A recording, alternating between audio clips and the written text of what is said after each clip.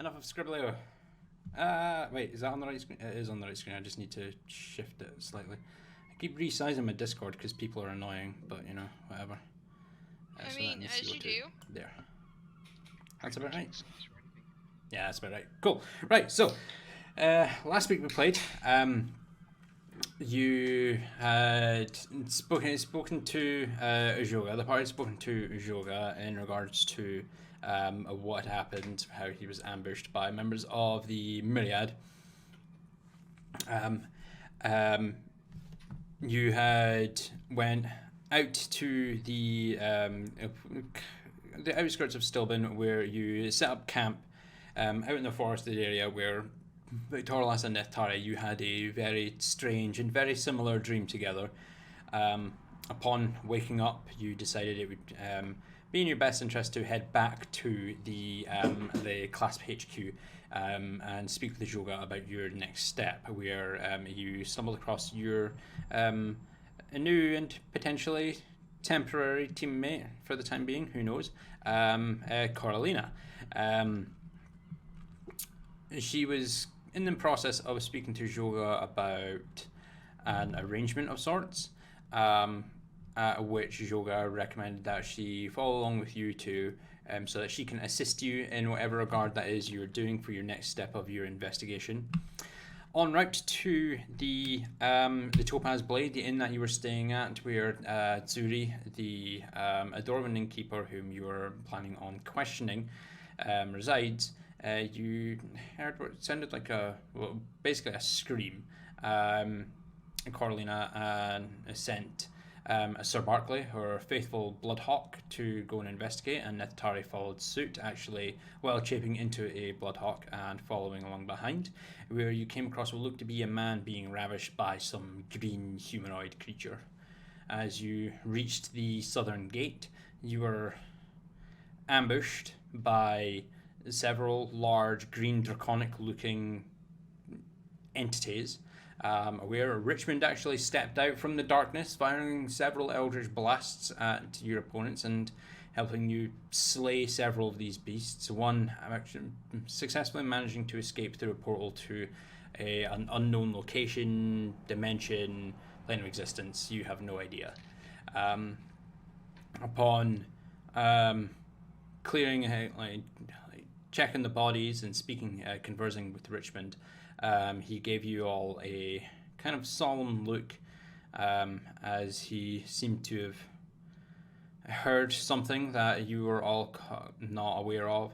A similar looking portal appeared behind him as he turned towards it. He gave you all a final understanding and confident nod before he finally stepped through the portal, leaving the party once again to continue his duties for his patron.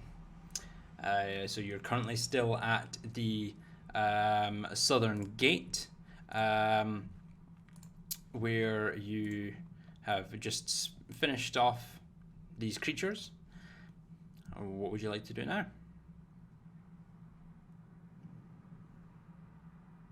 Well, that was an interesting encounter. Where do you think Richmond's gone? Probably had something else to do. I'd be crying if I was capable of it. So, I guess that means Richmond doesn't want to share the loot. Is it out in that guy's pocket? As you go over and loot the corpse, the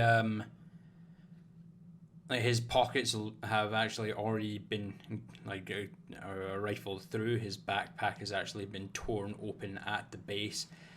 Any valuables within the bag have actually already been taken. Looks like he was robbed. I wonder what he had. Hang on, at the end of the last thing, didn't I pick him up and put him over my shoulder and carry him back into the city? We started doing that. You were in the process of doing so, but Nethari also wanted to loot the corpse. Oh, fair enough. So we'll do that first before you're hoofing the corpse over your shoulder to take him back into the town. I figure someone might know who he is. Hey, what about these guys who attacked us then? Is there all interesting on any of them? As you kind of look over to the corpses that are still remaining, you can see that their skin, well, the scales that had adorned their form has gone from like a bright, vibrant green and is now turning a kind of sick shade of brown. They are rapidly decomposing. Anybody know what? Sorry. Does anybody know what these things are? Didn't your friend say there was something? Yeah, I'm sure Richmond mentioned these were some devil demon things. Well, they're dead now. Took some teeth and bits and talons and stuff. Abashi, he called them. Abashi. Abashai is how they pronounce it. Ah, Abashai. I would like everyone to go ahead and roll me a history check. Oh, great, a smart person skill. You're a smart person. Don't give me that. Yeah, wow, I failed that. Let's take a look here. 9, 11, instant fail, 15 and 17. Okay. Neftari. That's not the page that I want to be on. I'm a bit too far ahead. There we are. Neftari. Abashai were once a mortal who somehow won Tiamat's favour before death, and as a reward, found its soul transferred into a hideous devil to serve at her pleasure in the Nine Hells. So essentially, Abashai are somewhat morally evil beings who have won Tiamat's favour and have now been granted essentially a second life as a draconic-looking a devilish entity to serve her in the Nine Hells. And the Green Abashai are her basically her forward scouts and the main body of her armies throughout the Nine Hells. Okay, this is bad. Yes, you've just reminded me of Richmond. Already told me that. That is pretty bad. I'd forgotten as well. While So all this is going on, I'd like Talar to be kind of slightly off to the side, checking on her little... Roll me an animal handling check.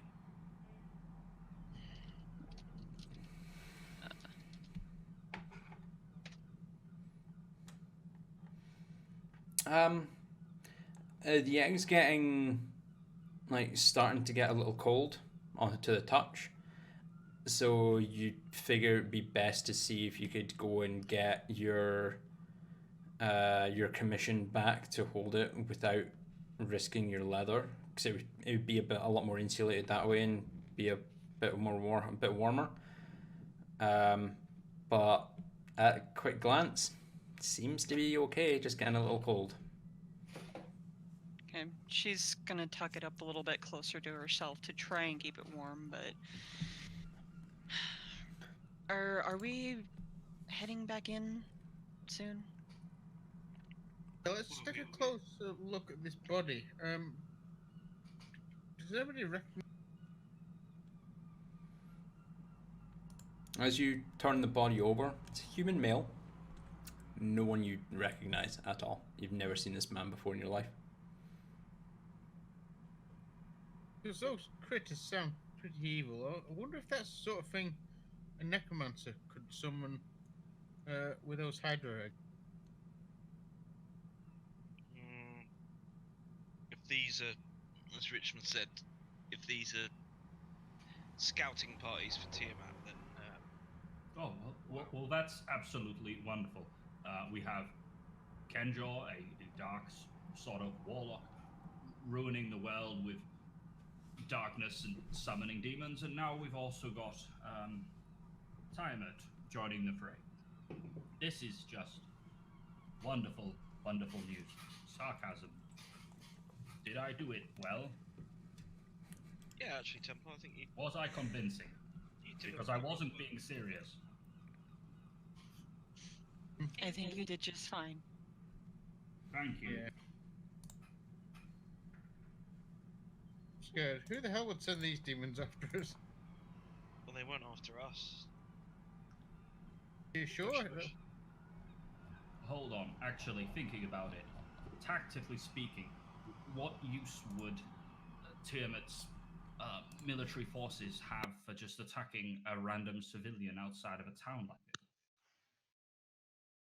Well, this is why I'm thinking let's get this guy back in the gates and see if anyone knows who he is. Yes, and if he twitches even slightly, I will behead him.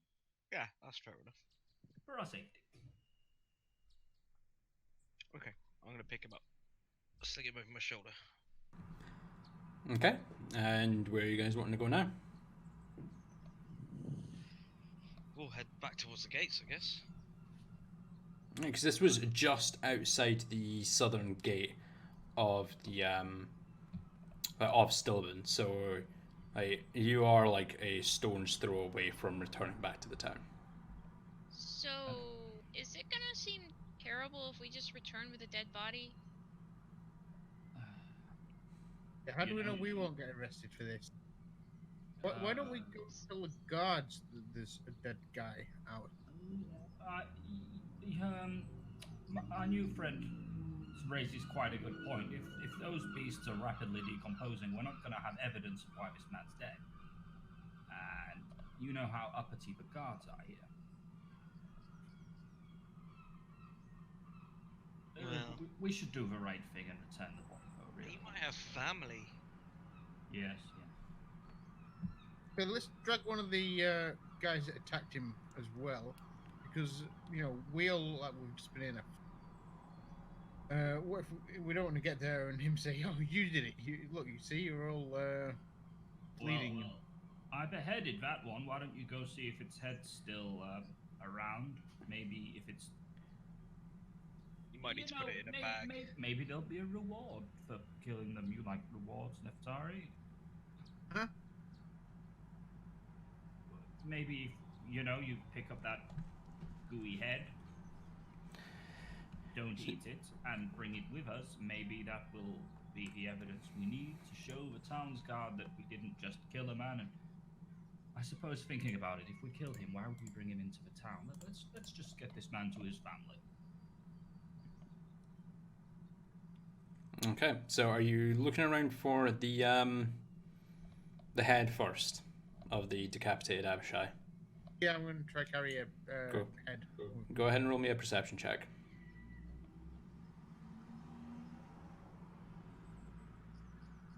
I can't help you with that. I was not paying attention to where that head was. 18. You are able to well, you don't exactly find the head. What you actually find is a puddle of what looks to be green ichor with what looks to be a rapidly decomposing skull, which somewhat resembles the Abashai that you fought. The bones actually starting to crack and split, like it's a rapid onset of decay, decomposition. It's melting. As you, Neftari, as you glance around at from the head to the other bodies, the bodies that are intact, they seem to be decomposing in a similar fashion, albeit at a much slower rate. Okay, I'll try to take a whole body back with me then. Okay. High or low, please. Hi. Hi.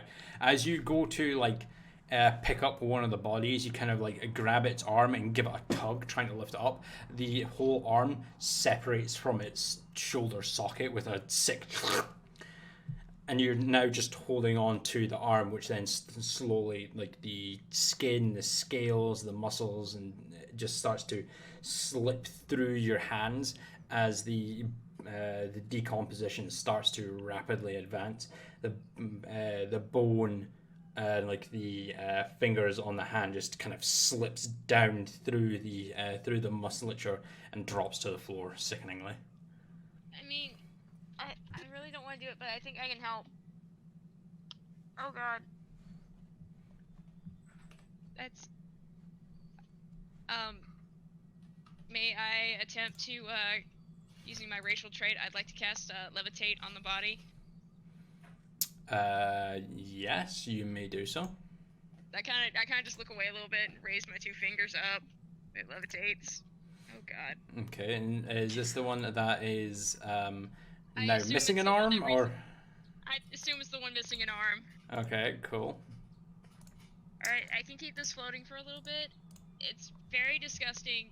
Please move. Okay, let's go.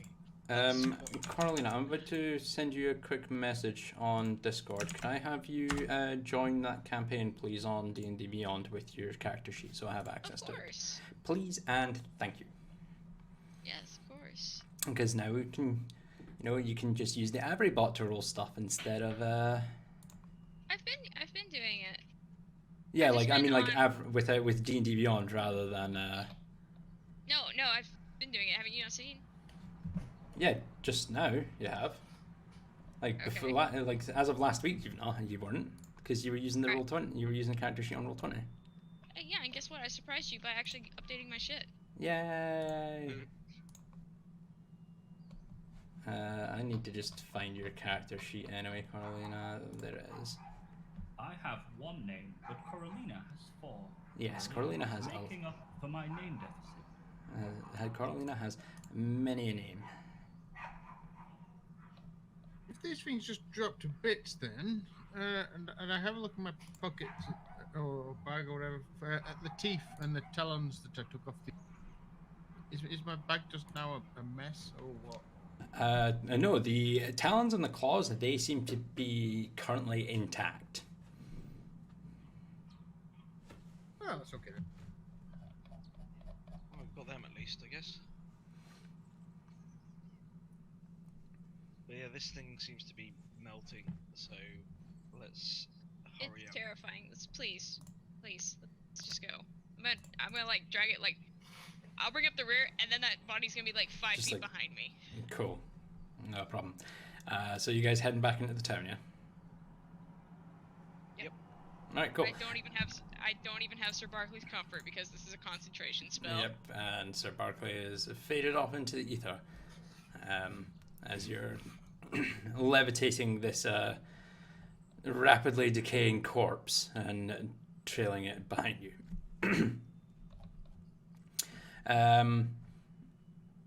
As you're heading through, you see quite a few people kind of stop and hold on. All right, cool. You see quite a few people kind of stop and like look at you like, oh my god, like, what is that? Like at the corpse of the Abashai first, and then they look over to you, Victorlas, and see the corpse of a man that's kind of strewn over your shoulder. Like a couple of the water guards that are donned in their typical like navy blue garb come walking over to you, hands on the hilts of their long swords that are at the hip. Just, okay, now hold on right there. What is the meaning of this? Parading a body through the town? And what is that thing? That thing is the thing that killed this man, and rather than leave him outside the gates for them to do what they would with him, we I'm thought... quite surprised you didn't hear the sounds of combat. We were just outside of those gates. What were you doing? Doing our duty throughout the city. We're not gate guards. People are free to come and go as they please. There's no security at the gates 90% of the time. You may need to Well, you speak need to to- your superiors because this Like your man wall was needs to just get killed 10 by feet taller. The wall itself is like 50 feet high, and it's I'm quite making a joke. thick. What are you? One of a kind. Uh-huh. Well, do us and everyone else a favor and take that bubbling, dripping mess of a thing and dispose of it. You can leave the corpse of the man here. We'll have him identified and returned to his family. Thank you. Appreciate your efforts. Yeah, we were hoping to talk to his family and ask if they know why he was attacked. Oh shit. maybe. Sorry. Might want to turn that down. My apologies. Wow, this is a really loud forest. It's not a forest you're in. It's a town square. I can't tell. All I can hear is tweeting. I've turned it down to 6% volume. Hey, does anybody know this man? I said, hey, does anybody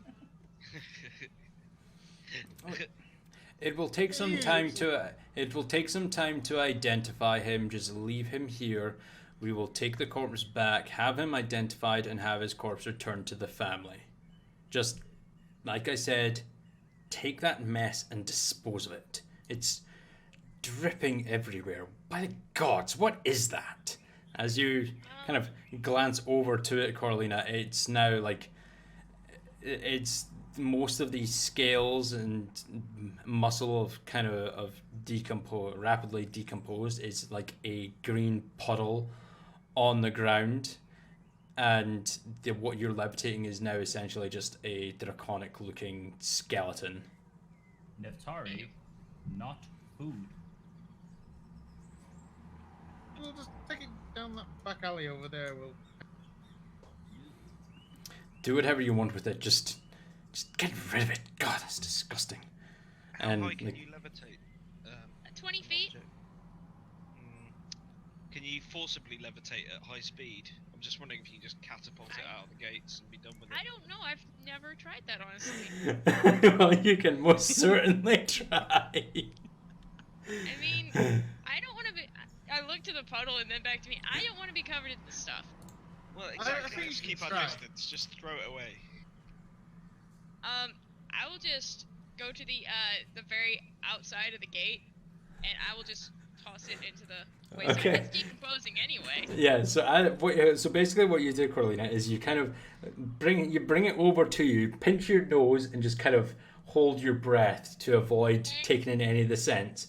You levitate it Thank so God it's I'm an about air genasi. I can hold my breath. you levitate it about a foot away from you to your right, and then just wave your hand forward and up. Watch it rapidly levitate diagonally away from you up to 20 feet. Like up to 20 feet in the air, and once it gets out of range, it just gets launched into the distance. You hear it as it breaks into the canopy of the trees, and what you can assume the skeletal structure just kind of scatters everywhere as the bones just vanish into the woodland before you. That was honestly disturbing. That worked It's out right. kind of well. I'm surprised. I'm surprised we don't ask me to deal with these things, seeing as I don't eat, sleep, or breathe.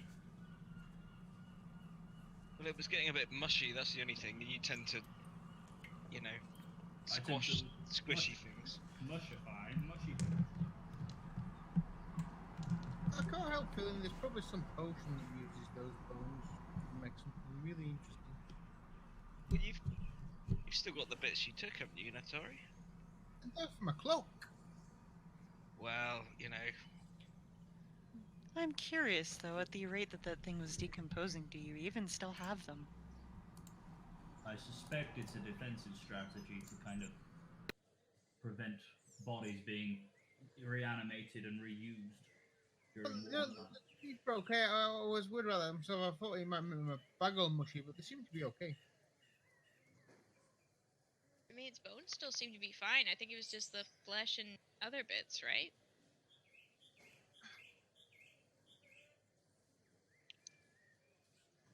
Either way, Well- I won't be eating for a while. yeah, I've got no desire to start picking up any bits of those things, to be honest. Well, I'm going back to the tailor, and I'm going to take these bits and ask her. Was it her or him? Her. Well, I'm going to ask them to Her. add the teeth and things as well. You know, if Richmond were here, he would have gathered all of that up in bottles and made poison for everybody. But he's not here, Temple.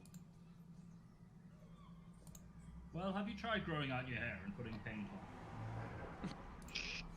Jeez. Richmond. Yeah, I don't think it's going to be the same. yeah. I don't think he can be replaced, Temple. We know he's alive at least. Look, I'm not sure which stage of grief I'm in yet, but if we can figure that out, that'll really help me out. Maybe I'm still in denial. No, you're. If anything, you're bargaining just now because you're trying to get someone to turn into Richmond. That's kind of the bargaining phase of Dabda.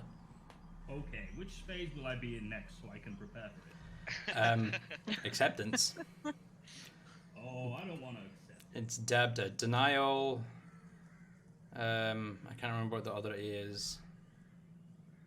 Please, Neftari, create a portal and bring him back. Oh, he's gone. He's gone. I'll follow him. Denial, anger, bargaining, depression, acceptance. So actually, you'd be in depression next, not acceptance. God, we're gonna have a depressed Temple. I'm just gonna follow Neftari and try and make sure he doesn't eat anybody. Also, maybe there'll be an extra order of hats in for everybody as I adjust my giant pink feather hat.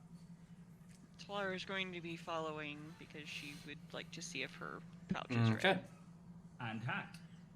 Okay. Don't need a hat. You do, because the inside of a hat is conveniently egg-shaped. I don't need a hat. And out of character here, you're not actually aware of what she's been keeping in her chest piece. Okay. Only Victorious is aware of that. Okay, can I get a perception check for the past 48 hours I've been traveling with her and not noticed that? I mean, you can try. Go for a perception check. This is going to be a really high DC because all you know is that she's been wearing her armor in a very strange way. And cupping something in her hand like a baby for the past 48 hours at least. She could be holding her holy symbol to her chest. You don't know. Roll me a perception check and let's find out. Okay, we're really gonna pretend I didn't see that. Okay, Jesus. A 14. What is it? What is it? Is it an egg? Come on. It's something. It's not her holy symbol. You know she's hiding something, like keeping something to herself, but you're not aware of what it is. Neftari's always hiding something, usually gold. She's probably got gold. There you go. It's gold. She just continues Victorious walking. and Carolina, what are you guys wanting to do? I mean, I like bad decisions. I'll go follow the giant robot man. Yeah. Okay, going to the tailor's it is. And Victorious? Yeah, with a sigh, I'm gonna put my hood up and follow them. Is that Okay, a fake no sigh? problem. I detect a fake sigh. I could do a fake sigh, but in my mind, I'm more thinking we had I've got a an job to do. objective, and yeah, I'm still mean, thinking that we need to do that. I mean, for Cora as a character, this is actually the first time people have hung out with her long enough that she did not have to conjure with magic. She's kind of excited. Oh no. Well, we'll go to the tailor's, and if Neftari's talking to the tailor, then you're guaranteed for a bit of entertainment. He's gonna have the heaviest cloak of anyone ever. But it's going to be bad ass. Okay, I'm just trying to find my notes here from what the tailor was called because it's been like well over a month since you've been there. Well, it was 6 months since he last put something on the kit. I'm always putting stuff on it. Got a I list of actually all the stuff don't think I've taken a note of it. Fuck. Sorry, the tailor was called Eric. Don't worry about it. No, it was a It female. was Nah, we're going not with Eric. Eric. It was not Eric because it was definitely a female. Can I get a deception roll against the DM? Wow. Weird metagaming. You know what? Yeah, go ahead. Roll deception check against the DM and let's see how deceptive you are. No, Why did It was- be Erica the tailor? it was not Eric. Absolutely not. I thought it started with an A. I think it might have started with an A, but I don't have it. I don't know why it hasn't saved. I normally have everything saved on my G notes here for NPCs and places that you've gone to. So I'm just going to go ahead and make a new one. So fuck it, large city, and this was basically an armor. If it was the weaponsmith, I know who the weaponsmith is.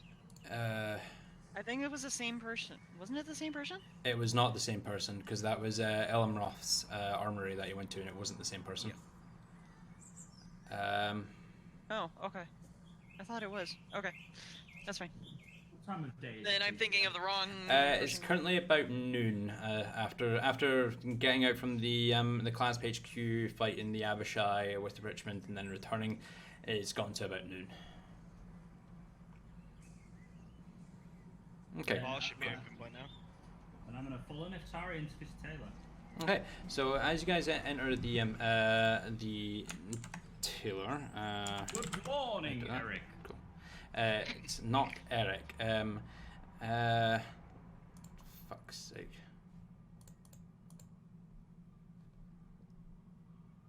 Come on. My, these sound insulating walls are incredible. I can't hear the city at all. They You can just actually all hear stopped yourself talking. think. Okay, there we go. There we go. We've got a new name for her. She is a tiefling by the name of Sega. That is Saega. Sega. She's blue and she's called Sega. Okay, anyway. I didn't actually give her her color, so you know what? No, I'm going to be a cunt and I'm going to say she's red. So you don't fucking do that, because I knew the moment that generated that someone was going to be like Sega. Although No, that's no, definitely not the same thing. I didn't know tieflings could be other colours. What Yes. a wonderful world we live in. Tieflings That's a can bit be. racist. That is very racist, actually. I genuinely didn't know tieflings came in other colours. Wait, out of game or in game? Out of game. Out of game, yeah. Tieflings can be multitude of different colors. Interesting. Sounds red. It's yes. She is red. Yeah, tieflings can be from blue to red to purple to like. Yeah, but for Temple to know about, Temple would need to roll some. You know what? Yeah, fair enough. Let's go with the history check. Temple. 15? Yeah, no, you're aware that tieflings can be in a myriad of different colors. Not like a full spectrum, but their colors do vary. It's almost like the dice make up for my deficiencies as a player.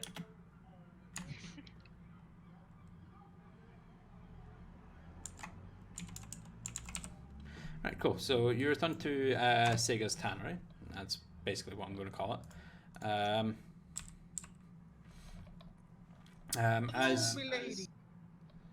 As you enter, she kind of like turns around and looks to you all. And Talash kind of smiles to you, and then she glances over to you, Neftari, and her gaze kind of like drops, and her smile kind of fades slightly. I like to wave excitedly. Good day to you all. It's good to see you back. Your hat suits you, Warforged. I have a few updates for you. And she kind of turns around, and like rummages through a nearby box, then lifts up what looks to be basically a sash. A leather sash that's kind of intricately embroidered with a violet threading. Within the main chest piece, you actually see the sigil to Tsilun Tala. And there is what looks to be a very large, very wide pouch inset that actually has what looks to be a cover that flips over to it with a kind of tie to secure it closed. Like that's May I make a history check, please, DM? What for? I'd like to see what this may be used for, or would you like an investigation? Investigation more than history. Okay. Let's see if we do shenanigans, boys. Mm-hmm. Oh no. Nat 20. This sash, like the pouch that has been built in, like you recognize the sigil as a religious sigil. You're not fully aware of the deity. The deity is not really worshipped from in your homeland. The pouch itself is very egg-shaped, and it looks like it'd be designed to fit and potentially incubate some kind of large egg. Are you pregnant? Talar Talar is pregnant? slowly face palms and she's no. Victorious is I'm now not. just leaning against the wall. Of course she's not. outside. Of course she's not pregnant, you silly goose. Dracovians lay eggs. I So mean, she's kind of pregnant? I mean, if that's the case, she's technically always pregnant, right? Yeah. Yeah. Congratulations.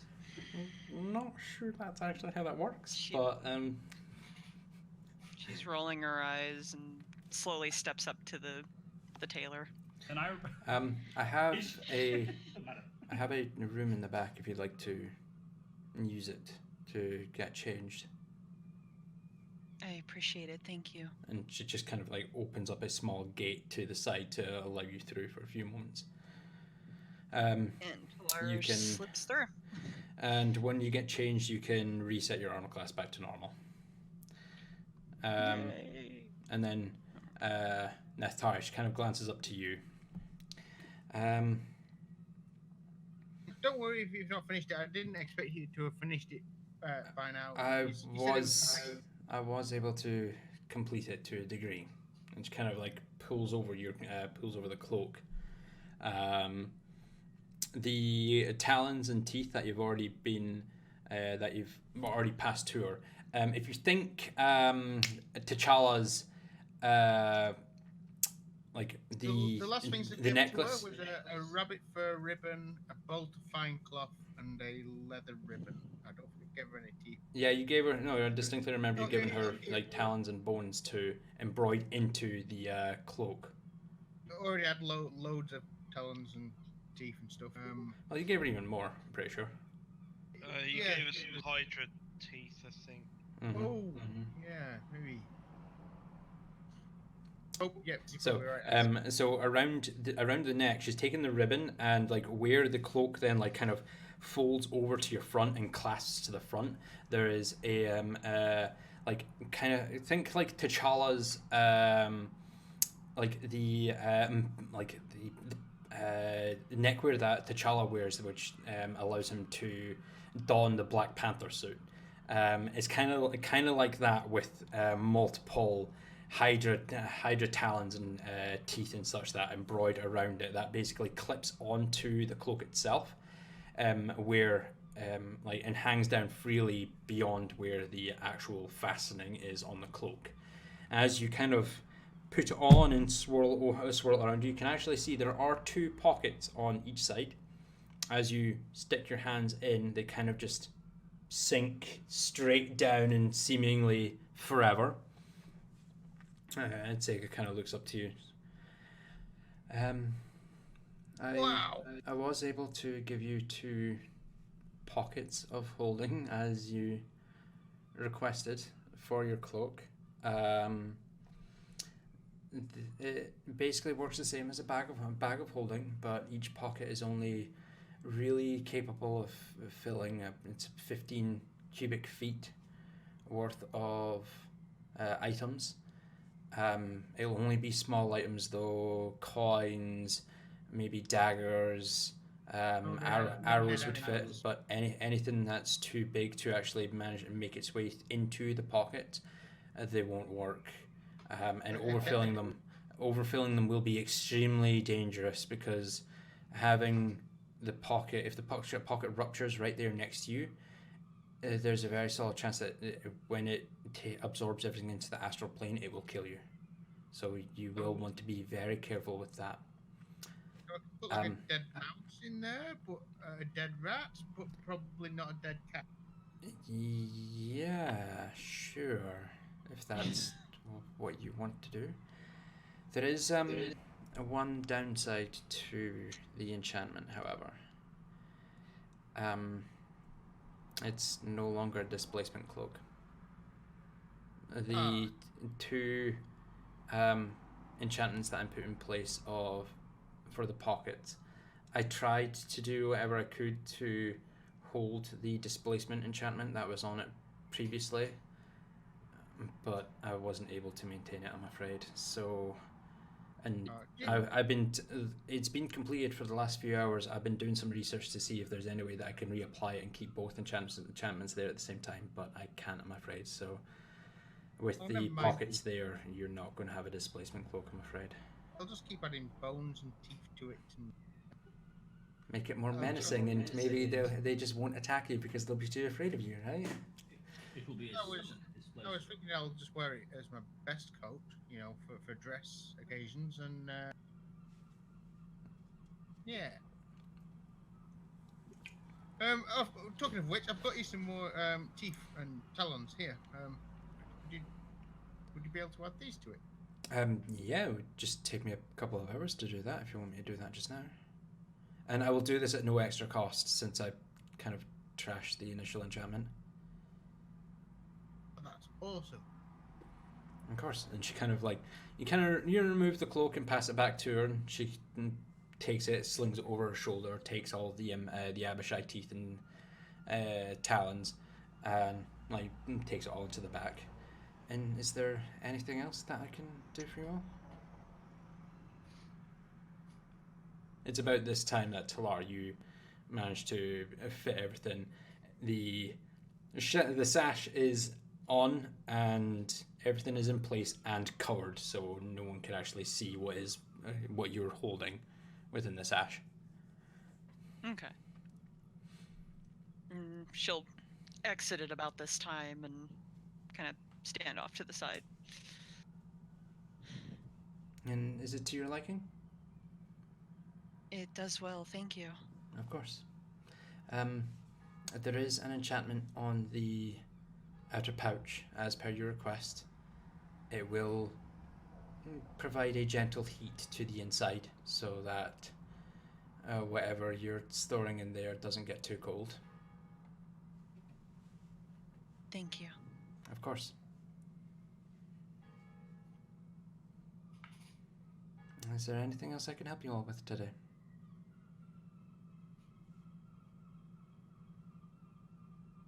No, I think we've got work to do. Everyone done here? Help you with your hat.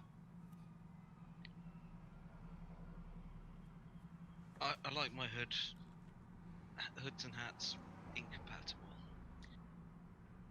I do not need one. Well, if that I'm is just everything happy for to you come all. along. If that's everything for you all, then I wish you all a good day. Thank you. And she kind of like scoops up Neftari's stuff and heads into the bag with it very quickly. So, what are you guys wanting to do now? Well, we had a job to do. It's past midday. Sun's high in the sky. Tavern's going to be open for sure. Do we want to go and check it out now? Yeah, how are we going to do it? Are we going to go in quiet, or are we going to go in sword drawn? Well, originally we were going to send Captain Birdman, and he was going to circle the area to see if the owner was there. Hence us turning you into a bird, Neftari. Yeah, that spell wore off. So, do you want to try it again? I head out, I use my wild shape, and I've got one more left. And I turn Okay. into a big orc type thing. Yeah, Bloodhawk, cool. And you heading back over to the Topaz Blade? Yeah, Coralina, are you able to bring back Captain Sir Bumpkin? Barclay. Yes, Barclay, sir, so- Barkley. He is properly knighted. Is Sir a higher rank than a captain? Yes. He does what he wants. Apologies, I'll try and remember that. Sir Barkley. Sir Barkley. He does have squires, though. Well, it's good And to know. the Bloodhawk summon tiny, tiny little human? No, he's got smaller bloodhawks. Fleas? Okay. I guess I will go with Flock of Familiars. Flock of Familiars. Let me take a look at That that. sounds to me like, and bear with me here, shenanigans. It's always shenanigans. I like shenanigans. At least it's not a wall of horse. There's only 3.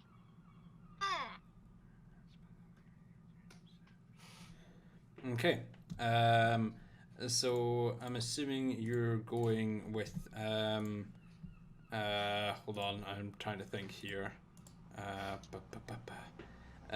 Sir Barclay, Sir Rothsburg, and No, Sir Rothsburg is the faithful hound. oh, you're not summoning. My squires have their own names, sir.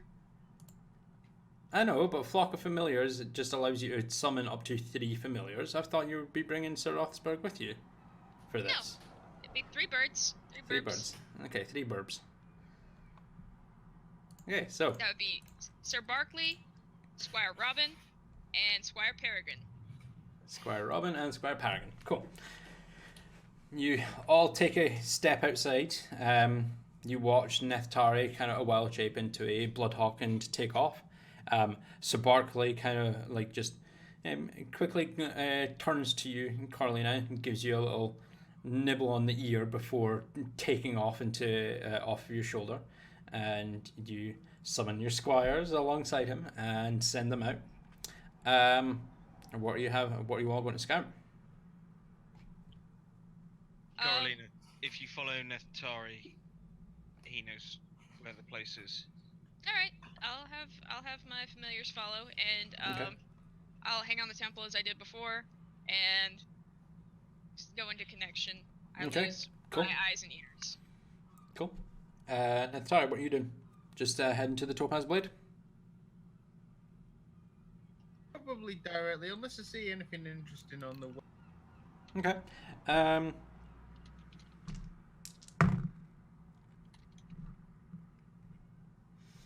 As you're heading, like as you take off and fly, you do actually something does actually catch your eye just off of your passive perception. As you take off, you don't take off and head straight up. You kind of coast forward for a few feet and then up into the air.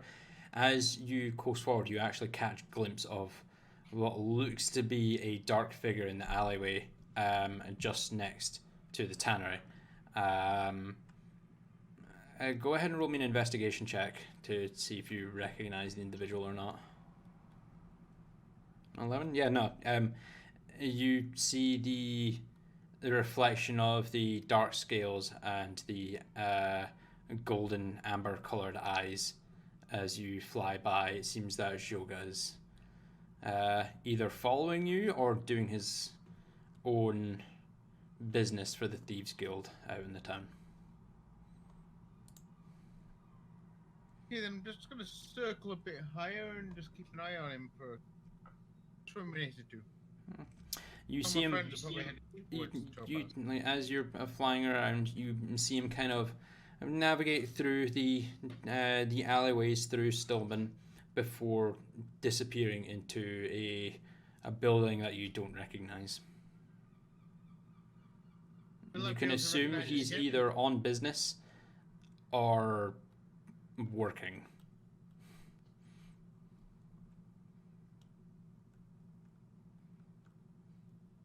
Okay, well, since the Topaz Blade probably isn't a lot far, I'm gonna lose sight of my friends as well and head towards. Okay. Will I be able to recognize this building again, though? Maybe with a high enough roll. We'll see.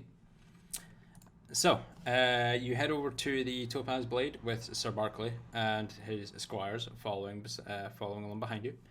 Are you just going to circle overhead, or do you want to drop down and take a look? I'll circle the area. Yeah, just looking for any You circle the area to begin with. anything dangerous that might. Nothing dangerous like that that you can see thus far as you circle around. There are a couple of patrons that come and go, quite the thing. Just like a bit more fancily dressed than what is normally entering the Topaz Blade, but you don't know how good or bad the business has been in the last 24 hours since you've really not been residing there. But there doesn't seem to be any kind of threat. Are you just wanting to do your one circle, or are you wanting to go further? I'd like to settle on the windowsill to our room last night. Okay. Yeah, no, you managed to fly down and drop onto the windowsill and kind of just like hop across it and just to take a glance inside. Inside there looks to be a dwarven woman whom you recognise as Tsuri's wife. You've seen her in the kitchens every now and then from when you've gotten something to eat. She's currently just tidying up the room.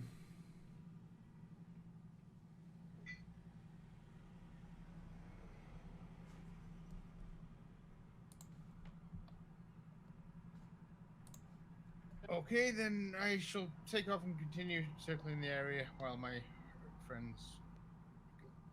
Okay. It takes about 20 minutes of walking. Your pace is kind of slowed down because you do have Coralina kind of using Temple as a guide. So Temple, you're having to kind of slow your pace down a little bit and so that Coralina can walk safely aside you. But eventually you all come to the just to the main entrance of the Topaz Blade, where you'd spent a couple of nights and made and completed tasks and rested. What do you guys want to do? I'm going to peel away. Guys, I'm not sure how you want to handle this. Can I see Neftari above? You can see birds flying overhead, but you're unsure if one of them is Neftari, and if one of them is, which one it would be. Can I let out a whistle? Or even, actually, can I use a minor illusion cantrip to just boom a 30-foot signal just saying Neftari in the air?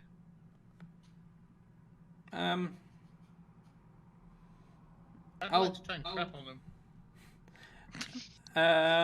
Okay. Hold on. Let me take a look at minor illusion here very quickly, just so I can see how this works. Not actually crap on them, just near them. Oh, I can't say words, so it would have to be a whistle would be fine.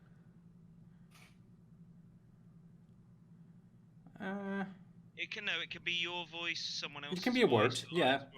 Yeah, so I just want to say 30 feet above my head, Neftari, and see if I can get his attention. Okay. Yeah, you do that. And Neftari, as you're kind of gliding around, looking around, you just hear Victorilas's a voice in the wind kind of just state your name as you glance down and see him there. Go ahead and roll me a d20, Neftari. Hold on, this a d20. No, it would be a +6, so that'd be 9 to hit your AC, Victorilas. Sorry? 9 to hit you. No, 9 doesn't hit No, me. as you see a bloodhawk kind of fly overhead and just caws out at you, and then you just see a small white and grey globule kind of fly down at you. You just sidestep it and then look up as Neftari, you swoop down and drop out of your wild shape taking a couple of steps towards them, and Victorious, you just glare at him as he's just kind of tried to take a shit on you. You never cease to disgust me. Hey, there it is. Alright, so, what's next? You guys heading in, or? Sorry, did you see the dwarf? So his wife cleaning the room. Okay, well, might be a way to go, if nothing else. How do you all want to approach this? A lot of well-dressed individuals been coming and going, so I'm just going to follow your lead, Neftari. I still think calmly would be the best option. We walk in the front door then. You going in the front door? That's what I'm asking. Do we? Is there any other way to go in, other than windows? the window of our room the other night was open. I like doors. It actually wasn't open, Neftari. You peered into the window, but it did. You don't know if it was locked or not. We could get onto the roof and go in through one of the windows if we can open it, or we could. Yeah, I'm wondering whether a small group of us walk in the front door. Meanwhile, possibly a couple of other of us don't. Have a rummage around, you mean? Yeah. Would that room even still be available? Or would we be breaking into someone else's room by this point? Look, what we're trying to do here is find this dwarf, pin him down, and if it means we have to be unsavory, we at least know his wife's in there. And Pretty sure he said we could stop here indefinitely, didn't he? yeah, I'm not sure that's necessarily going to be the case now. But he doesn't know what happened with the fight in the alleyway. He wasn't involved, was he? There was no dwarven individuals that you fought, so as far as you're aware, he's unaware of your actions from the night previous. If As he's far as there I'm- and he asks, we could just tell him something came up, perhaps? An emergency? If there was that guy we left alive, though, he might have bloody. And I did leave that bit of black cloth on the counter as I left, so I did kind of tell him that we were onto him. Oh, bugger. Maybe I should just walk in there and demand my piece of black cloth. Ask if I can have it back, and then see what happens. Yeah, that'd be the interesting choice. Let's all go in. There's enough of us we can stick up for. Should I do my thing with the door? No. Don't. You don't need to kick the door open. Well, the last time we used Neftari's donkeys instead, and that didn't work out very. We could probably just open it. It's a bar. We just walk in like normal. Croalina, the new leader of the crew, by de facto, what should we do? She's deaf, by the way. Yeah, she's She's been still blind like the entire she's time. still looking through Barclay's eyes. Oh, Trying to get a good vantage point. She's psychically telling me we should kick the door down. No. Roll No, deception. roll Roll deception right now. A 12. Let me see. You guys got passive in 14, 12, 8. Yeah, no. You guys know he's bullshitting you. It's not deception if I believe it. I reach out to the door handle. and Whether you open it. believe it, if you believe it, if it's not the truth, it's still deception. Did I do a good lie? Were you No, fooled? Tim. No. God damn it, I need to practice more. I'm going to follow right along Neftari as he opens the door. And goes Okay. into the bar. You guys enter the bar. I would. Oh shit! Hold on a second. I need to copy that and then go that and that. This might be a little loud, so just watch yourselves. It's okay. I have that user set to 7% volume. Quiet tavern. Oh, it might be loud. It might be loud. Who knows? I don't know the volume of the soundscapes. Anyway, so as you guys step through the door, Corlina, through Sir Barclay's eyes, you can actually see Temple kind of lead you into the building that you've been kind of circling around for the little short period of time, so you can Right. use that information as you see fit. I sever connection. So, what are we doing? Oh, we're breaking and entering. We'll go for beer. As you That walk sounds in, Tsuri, the Dwarven male, is actually at the bar, kind of like very frantically cleaning shit down. And as you look around, there are quite a few people that are actually inside today. It looks to have been quite busy. There's a few people that have just taken off chairs and tables by themselves. Can I get an insight check on the 60% of tending not to be ready to jump up when we do something? Go ahead and roll an insight check. And this is going to, like, if... Nothing happened. There we go. There you go. At 21, no, the tension in the room seems quite at ease. It seems that people are just eating and drinking quite the thing. That is incredibly suspicious, given that a warforged just walked into the room. I don't trust them. I mean, no one's actually turned to look at you yet. You're grasping at straws at the moment, Temple.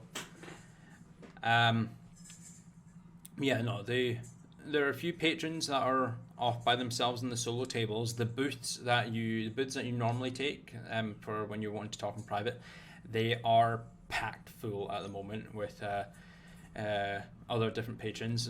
As you glance around at them all, they're ranging from kind of low middle to upper middle class. Some of the garb that the patrons are wearing don't really look too upkept. Like, some are kind of dirty. Some might have spent the last night on the streets. You're not 100% sure. Might have just been from being drunk, being kicked out. You're not 100% sure. And some of the others look rather well kept. A lot closer to the higher class. As you all kind of walk through and step up to the bar. May I glance Yeah. around and see if there's any sigils I recognize? If they have sigils plainly emblazoned on any armor or any symbols they wear around their necks or anything like that. Go ahead and roll me a perception check. Okie doke.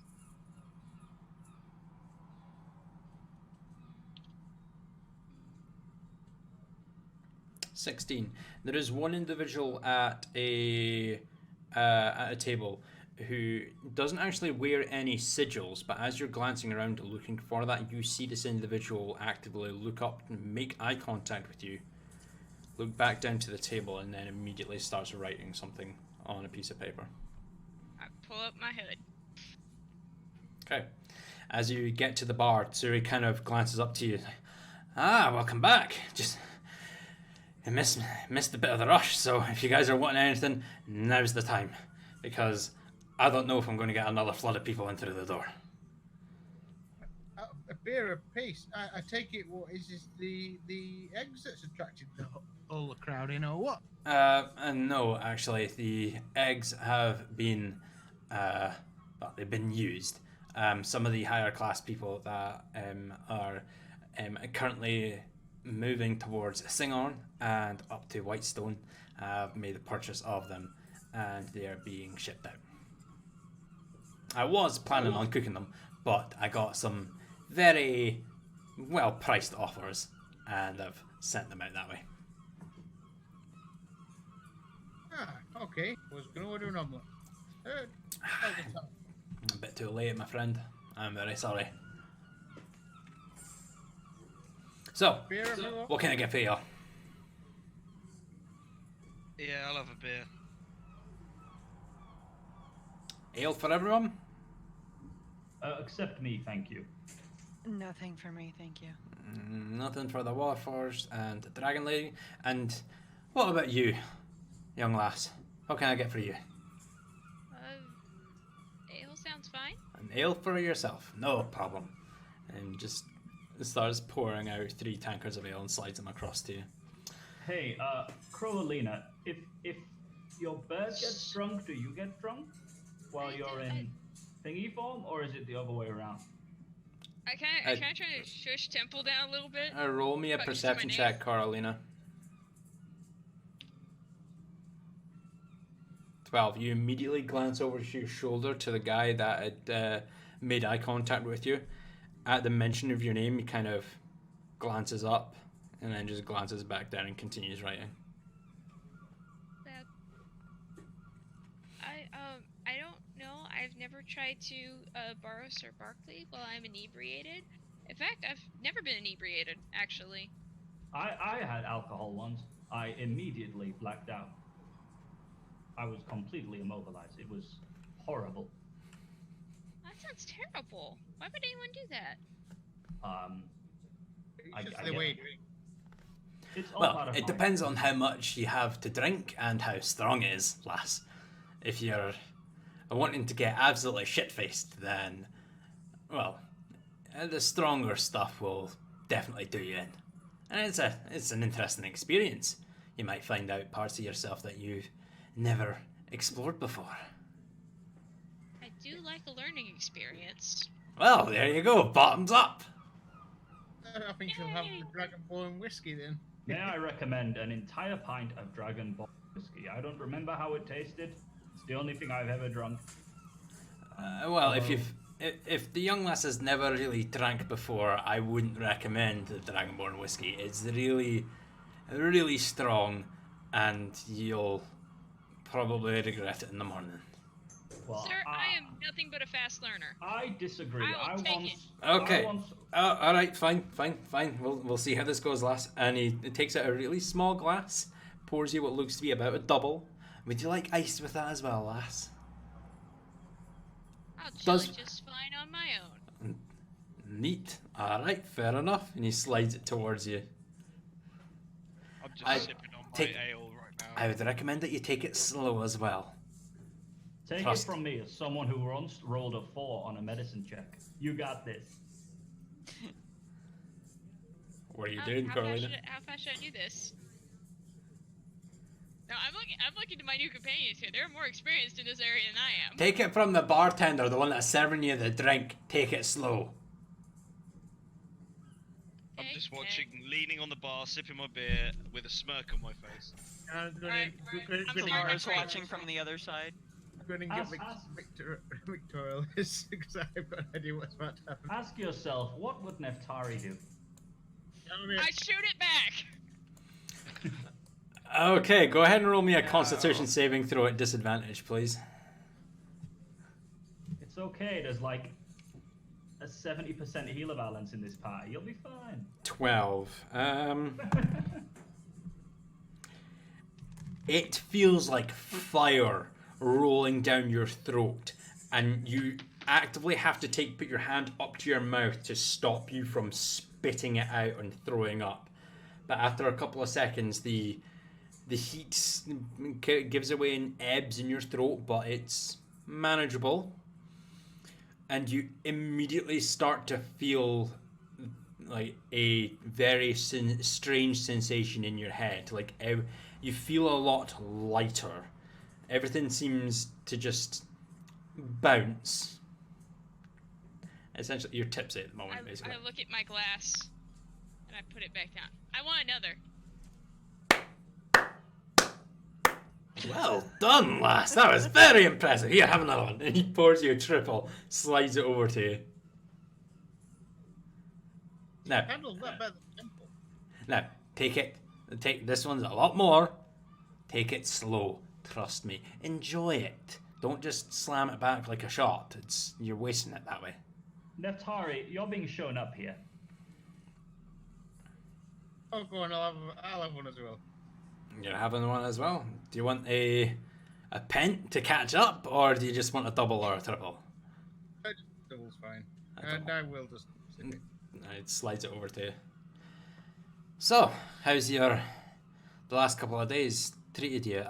My wife's been up to your room and has cleaned it out. It's still available for you if you guys want to take it again for the evening. Yeah, we've been busy this last couple of days. So we didn't see you this morning. We had to skip out early. We were on a job. There was a hell of a commotion in the back alley last night. I don't know what was going on. I Someone wouldn't know. broke I the was window. sound the fucking sleep. Is the window repaired? Because My- someone threw something through there. My wife has a little bit of arcane knowledge. She knows how to mend simple broken things like glasses, windows, chairs. So I'm assuming it would be fine by now. Never mind. You said all these people are heading to White Cave. Was it White Cave? Oh, He said Whitestone. Aye. Yeah, is there something going on in Whitestone? No, it's just the nobles that are up there wanted, heard of this business endeavour that I had of a very rare delicacy, and they wanted to purchase it, so they did. Ooh, And, what rare delicacy is that? I'm very interested. um, As I'm continuing sipping my drink. it would be a hydra egg, an unfertilized hydra egg, and they are, when cooked in the right fashion, very delicious. And Carolina, you would actually know this to be very true. They are really delicious. You've had I one. used to have. Yeah, when you're around some noble folk, yeah. Well, there's more to you than meets the eye, miss, that's for sure. I mean, Just once, Maybe. I'd like to meet a new friend, but not some kind of royalty.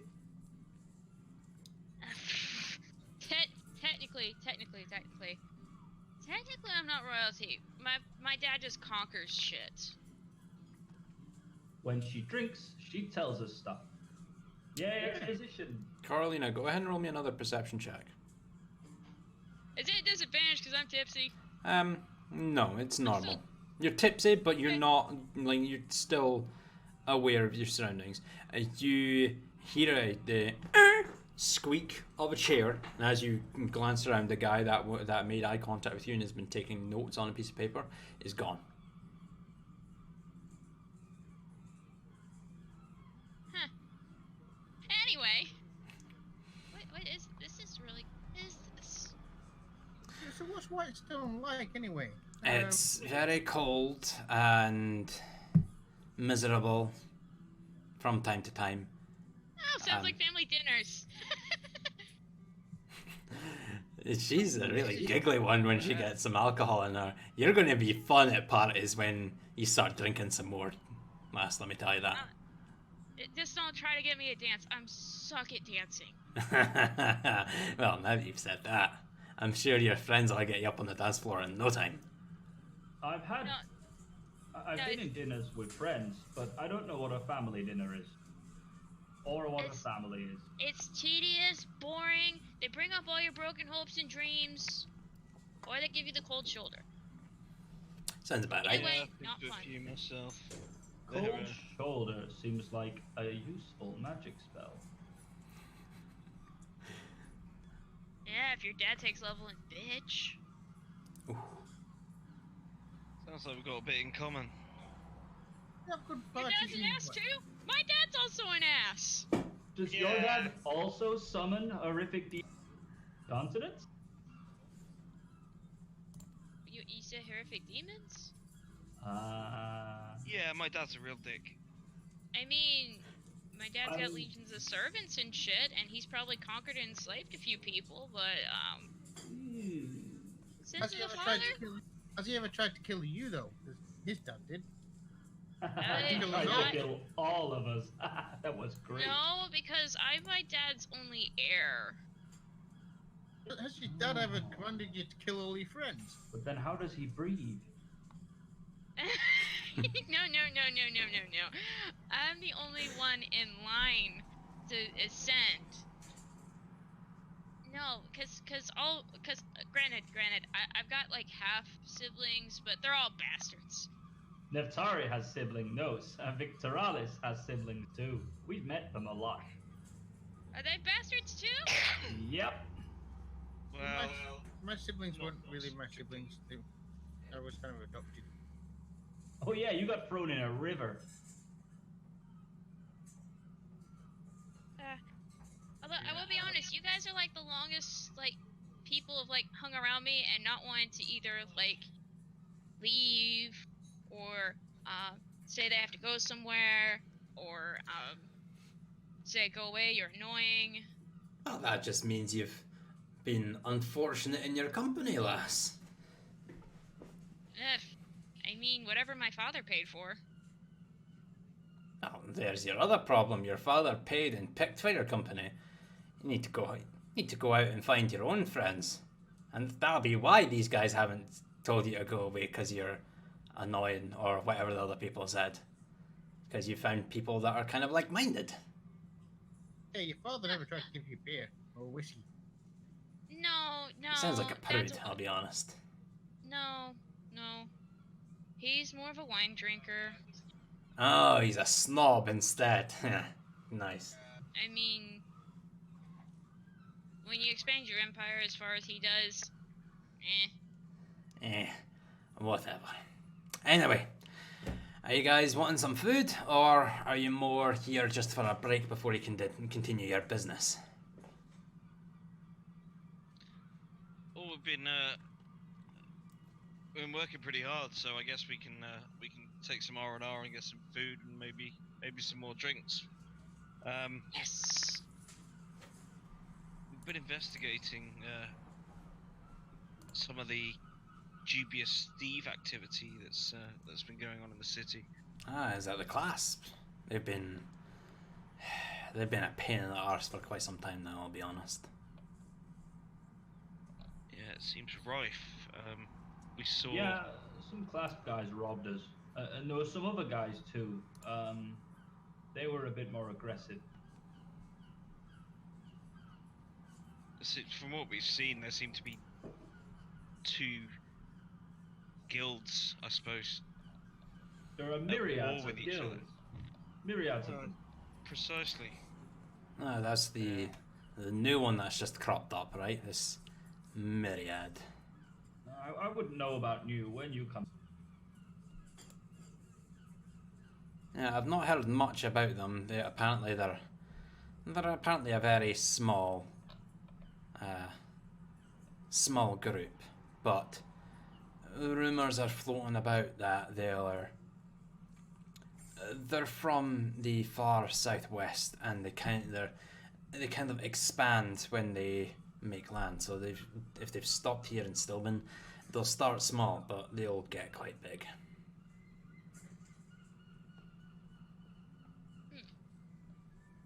And we gather they were involved in some kind of heist recently as well. Some kind of contract with a female. Aye, that was that the Relic Hunters Guild? Yeah, that's right. I heard about the break-in. They took some stick. I don't know. I didn't get all the details. But then apparently some group of adventurers who haven't really been seen about the city were kind of there at the right place at the right time apparently, and dealt with the people and saved the Dealt with them. No, we completely killed them. So it was you lot. I don't remember any of this killing going on. Oh, you weren't here. No, that crazy lady from the cult, she was like, here's money, thief people, help me out with this. And, don't really like the cult. They're working for the cult. I had to get rid of him. It was an awkward situation, but Neftari turned into a bear. I don't even remember what happened after that. Well, I prefer not to remember. all I know is that they were slaughtered, and Lars, the captain, he dealt with Auric, and Auric's now gone apparently, Not sure if he's dead or if he's just gone off someplace else to start somewhere new, but he's away. And the elk hunters, they're just trying to repair and get everything set up in their vault once again for show and tell and potential sales. And hopefully no more deadly world-ending weapons being put on public display. Deadly world-ending weapon? Wait, seriously? What? You didn't hear what was stolen? All I heard was that it was some kind of stick. Yeah. Our solemn expression doesn't change at his wait, what? I suppose technically it was a stick, if that stick had been a magical staff that allows people to cast spells of magnitudes which I've never even heard of. That sounds amazing. I know, right? Carolina, can you go ahead and roll me a history check, please? Yeah.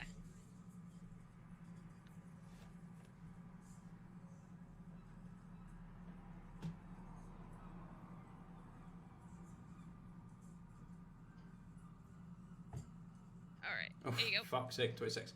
Yeah. Don't Based smart on person this, make smart person checks. based on this information, you can assume that that what they're talking about is the fabled staff of Karsus. It is the only known magical item that allows the attuned user to cast spells greater than 9th level. That's so hot. And all I know is that it was a stick, it was magical, and I mean, Sir, if it can... it is not a magic stick. It is the magic stick. It is. Fine, it is the magic stick. That's all I know. That it is the magic stick, and it's been nicked. Like, no. I don't think you get it. Like that stick. Like, I can usually summon like a cool like air thing. But then I could probably summon like a huge one. That'd be so cool. You could use that staff to pretty much end the world. It was Ooh, so ooh. powerful. Let's get you it. You could summon a Barclay the size of Stilben. Now, what's a That'd Barclay? be amazing. You could summon something that would just destroy the continent, not just the city. It's I bet if the Myriad had known what they had actually stolen for that They woman, probably do, to be not- fair. they would not have taken that mission because it's Well, this is the Myriad they're talking about. They probably were well aware of what they were doing and what they've nicked. And are they aware that their actions would cause their end? Possibly. My It guess depends is on probably- how this magic stick is used, to be fair. They could just use it to, I don't know, wish themselves an unlimited amount of gold and just retire for the rest of their days. Who fucking knows? Well, when the person who stole it has already completely trashed a whole continent. You don't think they're just going to do exactly the same thing? to the next Taldori one? is not trash, think about it. I mean, Stilben's a shithole, but Taldori itself we is can- not trashed. We came from Taldori. It was full of zombies and No. demons. You Not came from a quite. cry, Nethitari. This is Taldori that you're in. Remember the big boat, the big sky boat we went on? No, we came from a cry. It was completely overrun with hell spawn and demons and His zombies. face kind of drops at that as you mentioned. Aye, That sounds terrifying. I've heard there's been some refugees that have come over from Umberport in a cry claiming that there is demons and undead, and apparently there's now devils that are roaming the countryside there. It's been getting kind of worse and worse. Yeah, I I try to go over to Victorious and kind of just whisper, but like, not really being quiet. Is your dad in charge of that? Yeah, that's the old man. Yeah. Didn't he call it something like the end of days? What a vague general term. Roll credit. You can probably take the stories you have heard and multiply it by 10. Literally, because there were Balguras, and they just multiply and multiply. Balgura, they're demonics. They're fun to fight, but only when there's one of them. Aye, because if you don't kill it quickly enough, it just spawns more and more and more if you're unlucky. Yeah. Can you imagine Hydras could do that? I don't want to imagine if Hydras could do that. Hydras are terrifying enough as it is. Oh no, they're squishy. Killed them pretty easy. Some of the stuff back in the cry was we only just got out alive. I had to resurrect some guys, and some guys didn't make it. Remember that time I got killed by like 3 frost giants? The That was point great. being, this myriad have basically contributed to what could not only be the end of a continent, but the end of this continent and the end of the world. I think you're just overreacting a little bit. And the people won't believe it until the dead start coming back to life. You take everything we've said today and feel free to not believe it. But You're right, I don't. the moment you see someone dead get back up, you might want to become a refugee in another continent. Because Remember from our that point words. on, it doesn't stop. I've got my blade. I will keep this place safe and secure and use it as a safe house so that all the people can come here, have drinks, have food, have a laugh, and wait for it all to blow over. That sounds wonderful. Meanwhile, we're going to continue on our quest to Not try and save the die. world, basically. You do that. You like every adventuring party is on some quest to save the world in their eyes, and I've yet to see a party actually do that. So I wish you the best of luck. Now, is there anything else that I could do for you at the moment? Because my patrons are they're getting kind of antsy, and you just kind of glance around. There are a couple of people that are like, I push my glass over. another Just one. give a smile. Yeah. All right, there you go, and he pours it for you and pushes the glass back. Yeah. Is Tsuri's wife kind of like pops out from the kitchen with several plates in her hand, just glares at Tsuri before heading out with plates of food. Aye, there's some patrons that have been waiting for food, and I've been talking to you lot for too long. Is there anything else that I can do for you just now? Can I have another ale, please, sir, before you get back to your business? And also, I would like to use Thieves' Cant to attempt to convey a message to him as I do so. Okay. And what message? The myriad must fall.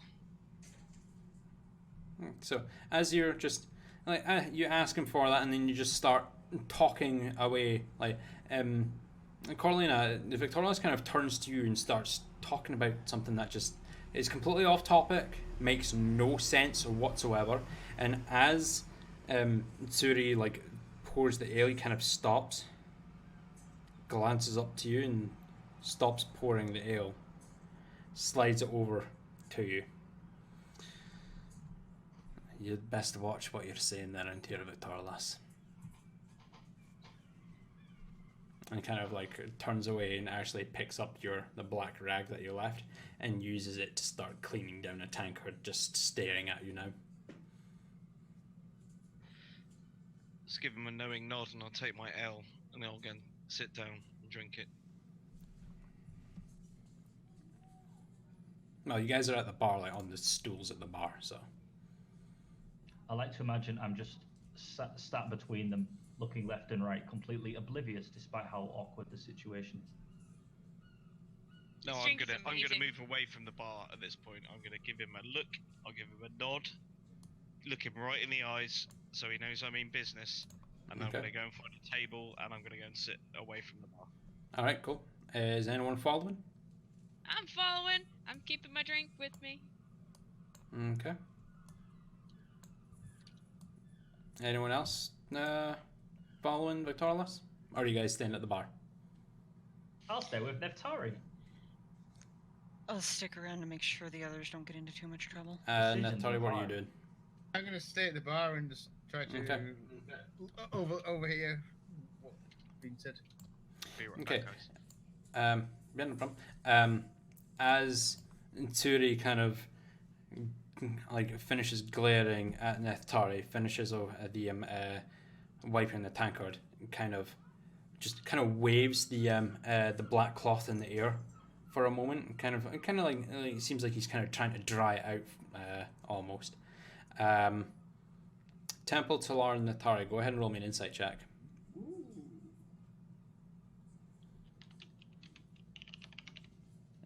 INS. Yes.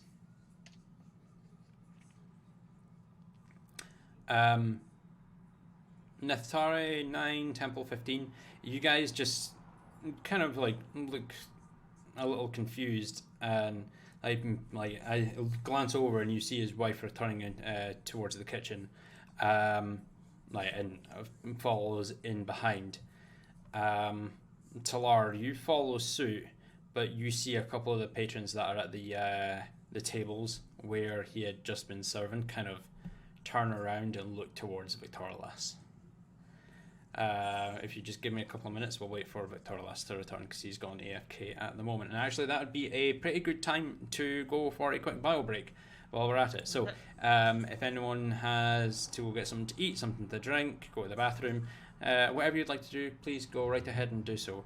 And we will return, say, in the next 5 minutes and continue on. Sounds good. Okay. Cool. Right. We will be back after these messages. There we go. And we are back. Sorry about that. So, just before you went AFK, Victorilas, Neftari, Temple, and Talar did like an insight check as Tsuri kind of like waved the black cloth that you'd left. He was actually using that to clean a tankard, and some of the patrons had been glancing around. As you sit down at the at your table and like get set up to drink your ale, can I have you roll me a perception check, please?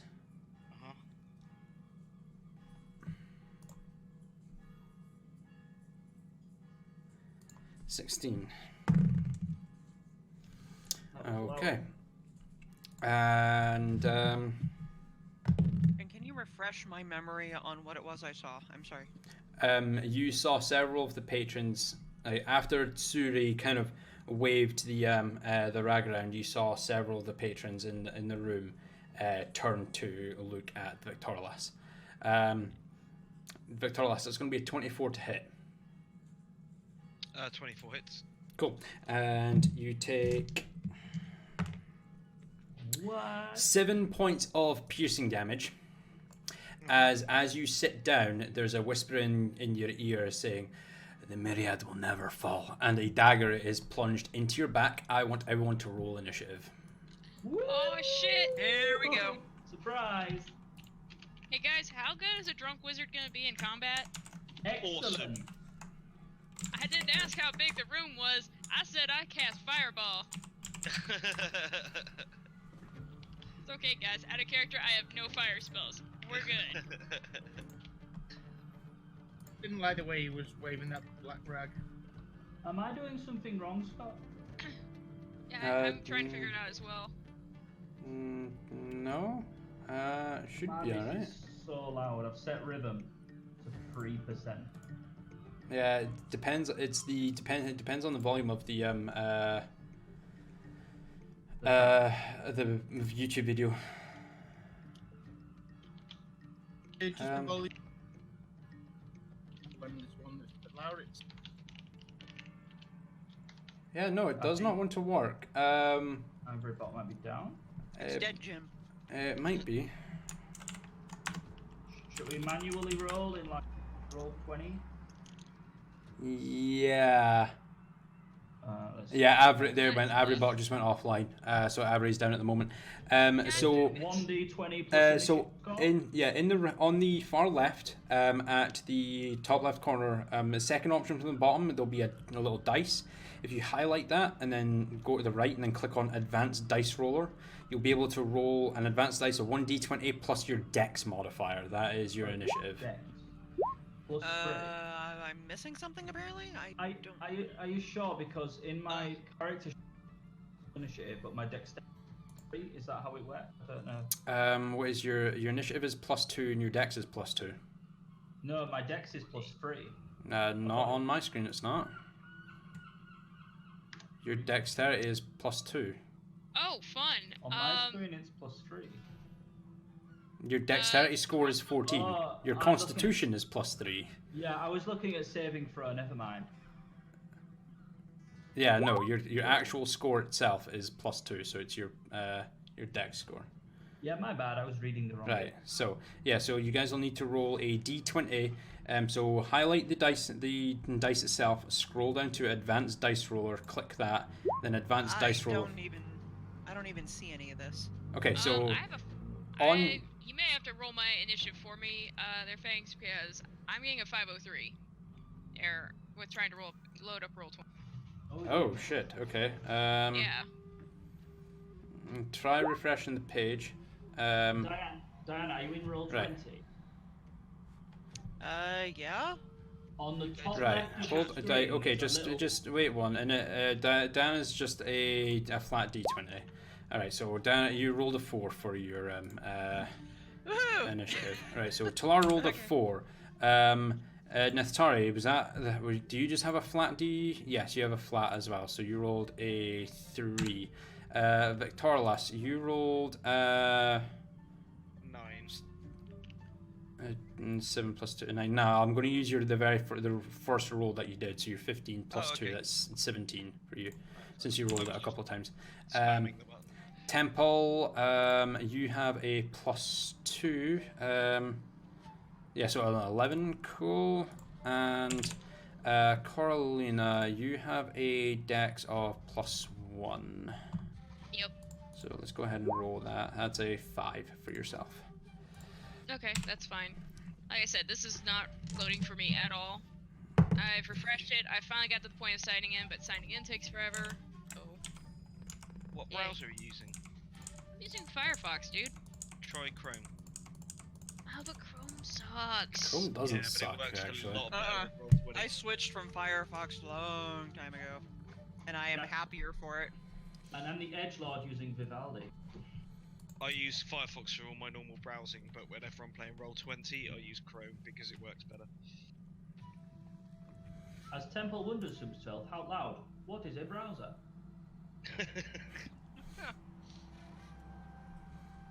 Will roll spectacularly low, is it? Most of you, yes. It's kind of half and half. Victorious and Tempo rolled relative kind of high. Carolina, Talar, and Natara, you guys rolled kind of low. Not my fault. It was the roll 20's fault. Anyway, It's totally this Roll20's is. fault. Do you have access to roll 20 yet, Carolina? Nope. No. Okay. Do you have access to the Twitch stream so you can see what is actually on screen? Yes, I do. You do. Cool. Use that in the meantime. I will be your. Working now. Everybot is working now. Cool. Yeah, Just I leave it did at a that. random. Yeah, leave it at that. We've got your initiative rolls. We're not rolling again. So this is where we're at the moment. You're currently in the tavern. Up first is Victorlas, as there is an as you get shanked in the back with a dagger. Quite a few of the patrons actually get up and kind of rush out the door, seeing a fight's about to brew out, as several people stand up and start drawing a multitude of different weapons. But Victorlas, you are first in initiative. Okay, first things first, is our dwarven friend still in? Tsuri and his wife disappeared into the kitchen. Okay, that's fine. In which case, at the point that I get stabbed in the back, I'm going to swing around with both of my short swords, and I am going to attack the motherfucker that stabbed me. Yeah, go right ahead and Make your attacks. I'm going to use my bonus action to Hunter's Mark him. Yes, you may do so. Hunter's marked. One of them. And then, yeah, I'm going to take 2 attacks with my short sword. Go ahead and roll.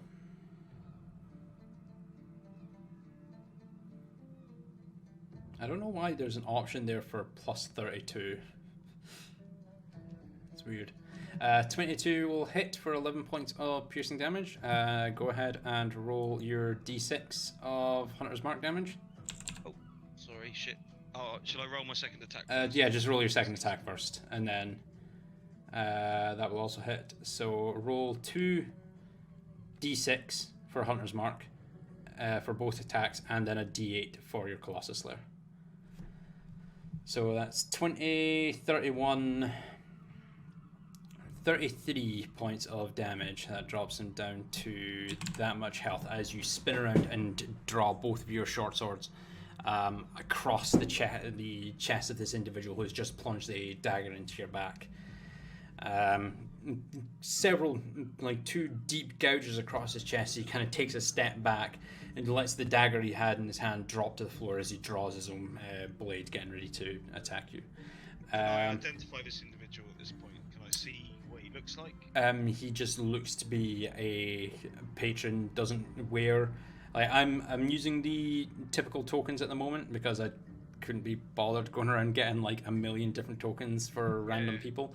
But he's wearing like just a kind of like a traveler's get-up. He's got a long cloak, some browns and greys, but he doesn't look like the typical Myriad member. What, a human? He's a human, yeah. Okay, cool. No, that's all I wanted. Cool. Temple, it's your turn in initiative. Cool. Are these Myriad members? Do they look like Myriad members? They do not look like Myriad members. But one of them just turned around, walked over to Victorlas and stabbed him in the back.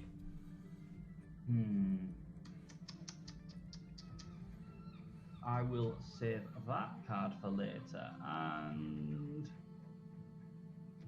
without even a second thought, then I'm absolutely going to run straight up to this guy here, I suppose. I'm not going to stand on the table. You'll make me. Make what? Make me roll some horrible dexterity save. Well, I wasn't actually. If you'd walked over to the point behind him, I wasn't actually going to say you'd be on the table. But now I will if you do move there. I don't believe you. Right. No, I wouldn't have actually because it's kind of half and half. But now that you mentioned it, I will from now on. Don't assume I'm going to do something, Temple. You'll regret it. I was thinking of flipping the table. It would have been hilarious. But instead, what I'm going to do is I'm just going to cleave this guy in tween. Okay, and what are you using? Great sword, great axe?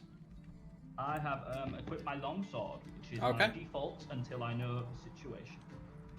Cool, and go right ahead and roll your attack. I do intend on using a divine.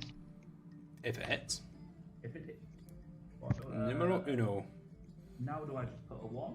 Yep, just hit 1 and then hit enter. That's a natural 1 as you swing down the individual who just attacked Victorlas hears you walk over, watches you draw your longsword and bring it down upon him, just steps back and your sword now sticks into the adjacent table. You will have to use the rest of your attack action to remove the blade from the table. Can I instead use my bonus action to equip my greatsword? Your great axe, you may do so as you drop you let your shield drop and clatter to the floor as you reach up and grab your great axe. You're not going to get another attack with it.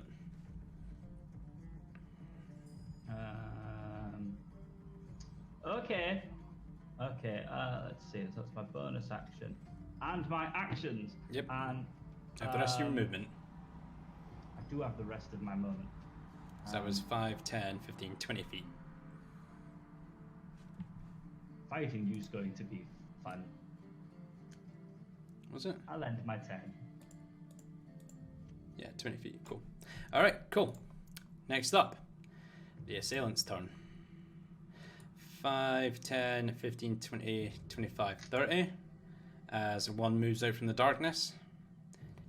20, 25, 30.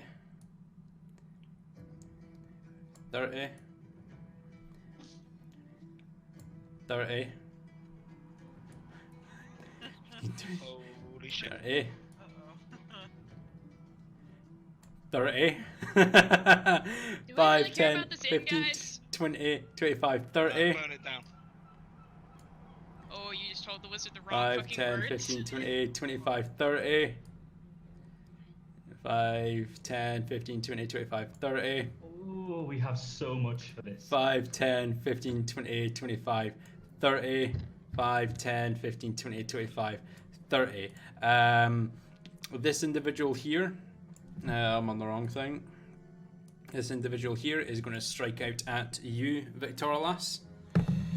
Attack of opportunity. They moved into melee range. Attack of opportunity is only if they move out of melee range, so no, unfortunately. No problem. That is going to be a natural 8, so that will miss.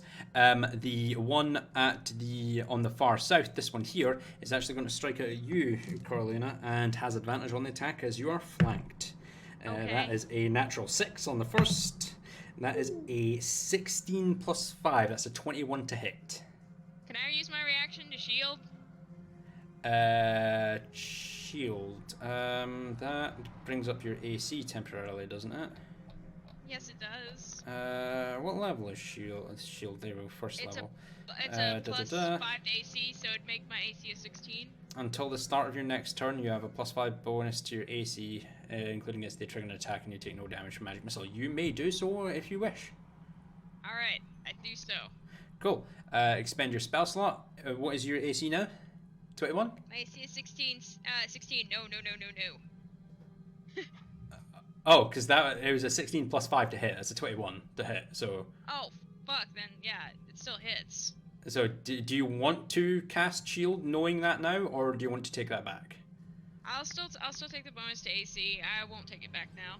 All right, cool. Although I don't know why it's giving me already 3 burn spell slots. Do it on your D&D Beyond. Yeah, just do it on D&D Beyond. Don't cast the spells in Avery, because there's you have to actually type out long rest on Averybot and all that sort of shit and go through a lot of bullshit. Alright. It doesn't work that well. Sounds good. Alright, cool. what's So my that damage? that will be D8. Yes.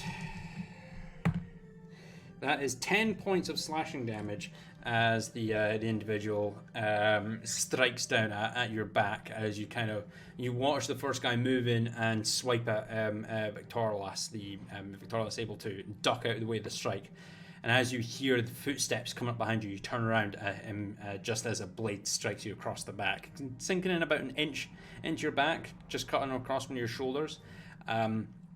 It stings like fuck, but not as bad as you'd expect it to. And with all of that, that will move on to your turn in initiative, Carolina. So your AC is back down to normal. Okay. Alright, so, I look over at Victorilis. He's still next to me, yeah? Yes, he is immediately next to you. If you're still not on D&D on Roll20, check the live I'm stream. still looking on the stream, so no worries. Yeah, so Victorilas is directly next to you. Alright, I'm gonna pull the same maneuver that I pulled with Talar not too long ago. I'm gonna grab his hand, tell him to consent, and I'm gonna thunderstep my way out of there. Okay, Thunderstep is up to 30 feet, right? Yes. So just move us 30 feet towards the bar, please. That's Let a nice me cover there. take a look at Thunderstep. Are you just casting this at base 3rd level, or you want it in higher? Let's see. How much gas do I still have in the tank? Yeah, we'll cast it at 4th level. At 4th level, cool. So that will be 4d10 of thunder damage, please. Do you consent, Victorilas? Yeah, I'm starting to like this newbie, so yeah, I'm gonna take. Cool. it. As you both thunderstep out from there, it's a 10 It's feet Constitution con saves save. Yeah, 10 for- feet con save. For anybody within 15, or is it 10 15 feet. or 30 feet? It's 10 feet of the space. Oh, Oh, which Sorry. will unfortunately include you, Temple. He's a big boy, I'm sure he'll take it. Even given Roll20's weird diagonal line, Yeah. I do agree. Even- So is that a con save? you That said? is a con save with the DC of 15, yes. So let's see here. That is a fail. What, am I A not rolling something? fail. No, yeah, you're rolling a con save. I'm rolling for Oh. the 3 guys that are also effective. 23, good. Cool. 23. Yeah, you save. I take half as much damage. Can you roll 4d10? Oh yeah, there you go. Cool. So you take 8 points of damage. 8 points of thunder damage to you, Temple. So that's a fail, and a most definite fail. So they all take the full 16 points of damage. Yeah, they just take the flat 16. And what number are these guys? This is 13, 12, 13, and 14. Cool. 16. Hey. Take that much damage, and 16 drops them down to that much. Cool.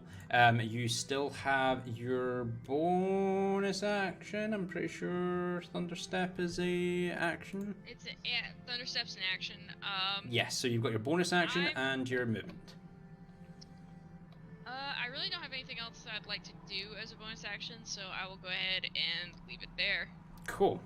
With that, we move on to Talar's turn in initiative. Let's see.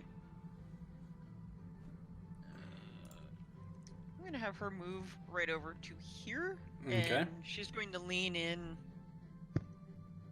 towards Victralis and say, I don't know about you, but I don't have a lot of energy left. And there's no shame in running if we can. There's a lot here.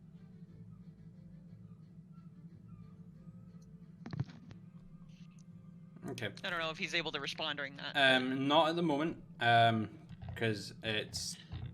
Well, actually, no. We'll shorten that down. You basically just say there's a lot of them. We might want to run, because it is 6 seconds. Victorious, I will give you a free action if you want to respond. Yeah, we're not in the best shape here, but I don't know that we're going to make it out of here even if we try. Let's see. Okay, so you have your action, your bonus action, and like 15 feet of movement.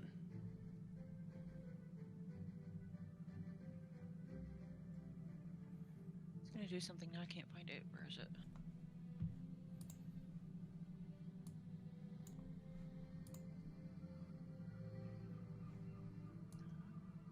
I can't remember the name of the ability I wanted to do, and now I can't find it. What is it you're wanting to?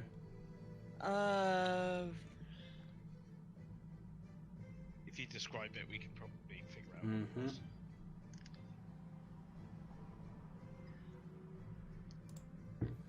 Is it Can't even AoE? remember. It does.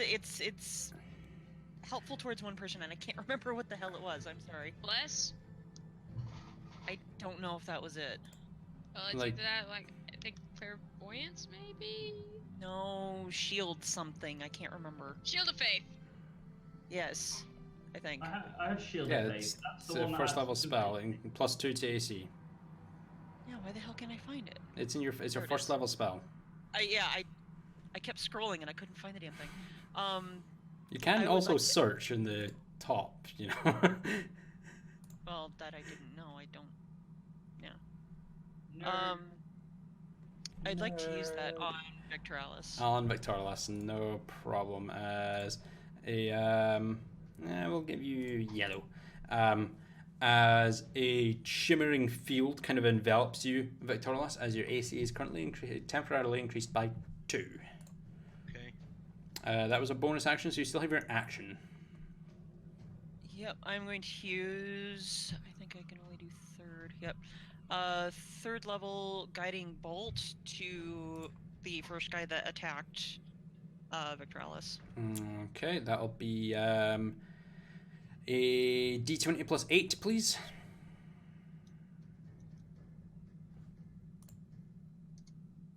Actually, what you can do, I believe, if you quickly do an exclamation point update for me, please, Talar, and then hit enter. That'll be the second time I've done it today. Oh, okay, if you've already done it, then don't worry. Just type in exclamation point A space guiding bolt.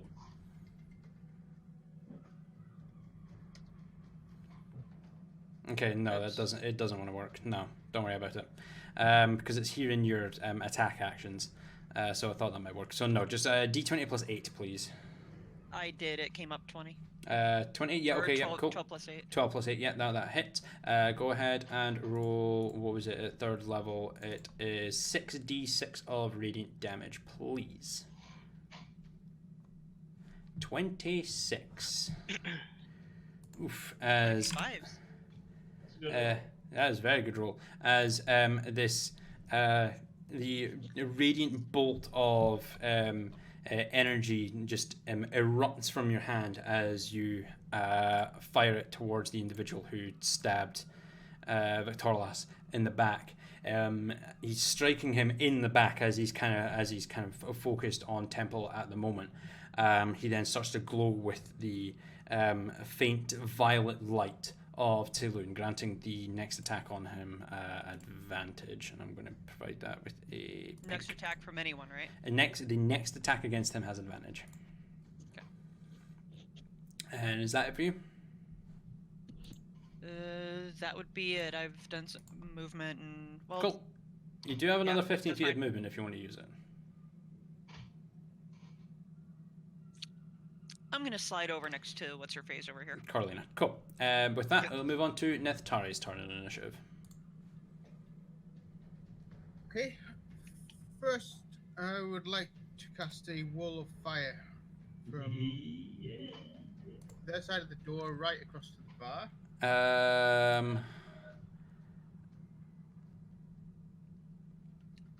Where was that? Sorry, I missed that completely. A wall of fire. Yeah, no, I'm wanting to see where up from that point there. 60 foot long. Cool. Which basically cut them off from the door. Let me see here. So from here, oh shit, it doesn't let me do that freehand. I'm gonna have to freehand that.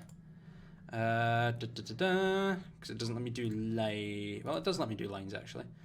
Distance from the door to the bar is fewer than 60 foot, so it should it's like block the whole. that. Yeah. Yeah. Where is the door, by the way? I don't know. The door is right down here, Okay. and then you've got the door to the kitchen here, and then you've got the stairs leading up to the rooms up here. Cool. So that was a wall of fire. What level was that at? Sorry. 4th level, I think. 4th level wall of fire. Yes, cool. Create a wall of fire on a solid surface within range. You can make them up to 60 feet long, 20 feet high, and 1 foot thick, or a round wall 20 feet in diameter, 20 feet high, and 1 foot thick. The walls are opaque and last for the duration. When the wall appears, each creature within its area must make a dex saving throw. On a failed save, a creature takes 5d8 fire damage, or half as much on a successful one. One side of the wall selected by you when you cast a spell deals 5d8 fire damage to each creature that ends its turn within 10 feet of that side or inside the wall. A creature takes the same damage when it enters the wall for the first time on a turn or ends its turn there. The other side of the wall deals no damage. So I'm assuming you're wanting this side of the wall here to be the one that deals damage. Yep, that's great. Cool.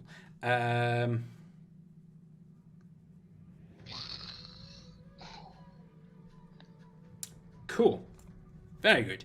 And that was an action. So you still have your bonus action and your movement. And I am actually... Would this dude here not get hit by that 10 it's blast within... from me?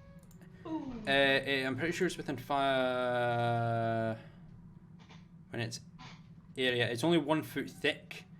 I just thought you said something, everything within a 10 Yeah, foot. that ends its turn within 5 feet of that, within 10 feet of that side. Okay. So Yeah, it's spawned there. It's not. He is not actually within range of it at the moment. At the end of his turn, though, he would... At the end of his turn, if he's still there, then yes, he would have to he would take that damage. I'm just going to quickly flip over to the GM overlay here and put a little bit of text down here for Wall of Fire. just so I remember that it is 5d8 damage. And I'm going to make that red. 5d8 fire damage. Oh shit. There we go, cool.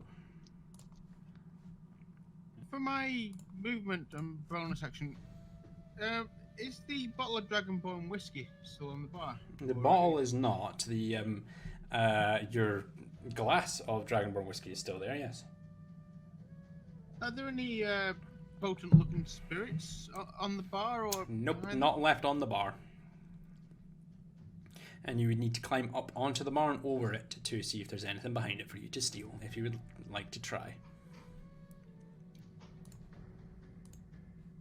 I would like to try.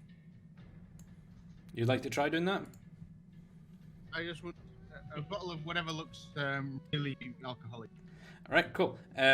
As you spend your full movement hopping over to the other side, roll me a perception check very quickly.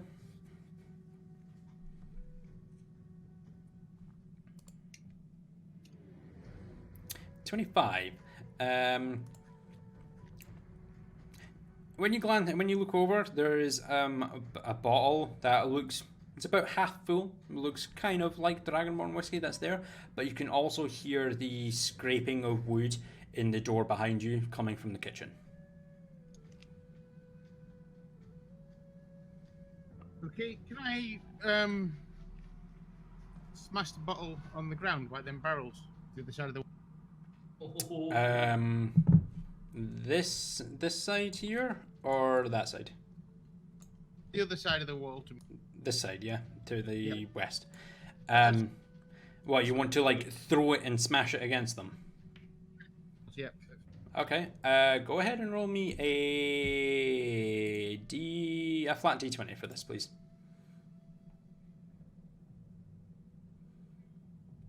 And 8. You throw it.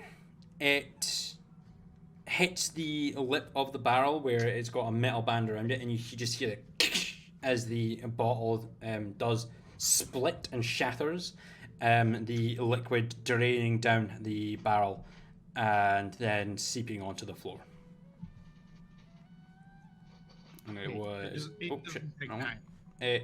it was this barrel here. It currently does not ignite. It's just a little too far away. Like, you overjudged your throw, unfortunately. You rolled a 2 points higher and it would have caught on fire. Okay, and I'm out of movement and out of bonus action. Alright, cool. With that, top of the round, Victorious, it's your turn in initiative. You've got a shield of faith upon you, and you've got at current 3 enemies that are to your immediate south. Yeah, fine. Okay. I want to. Firstly, I want to hop over the bar and get right up next to Neftari. Okay, that'll be your full movement for that. Okay. Can I squeeze past him? Because I want to see if I can get this door open. Or can I not get to it? At the present moment in time, no. I wouldn't. It would be your full movement to hop over the bar. You can reach. You can. Oh, you know what? I'll give me a dex check, and we'll see if you can squeeze past him to at least try the door. And I'll say that's your bonus action to try and do that. I mean, if I was there and I was to hop over there, but I would essentially land on him. Basically, which is not what I yeah. wanna do. No, but so where you land, he's currently like, because this all happens in the same 6 seconds. He's currently getting ready to launch the bottle. So Yep. basically, you're hopping over the bar as he's like grabbed the bottle, and you're now trying to avoid getting whacked in the face with a bottle as you reach over to the door and try and open it. So if you roll me a dex check, just a flat dex check. As a bonus action. Yeah, this will be a bonus action to do this.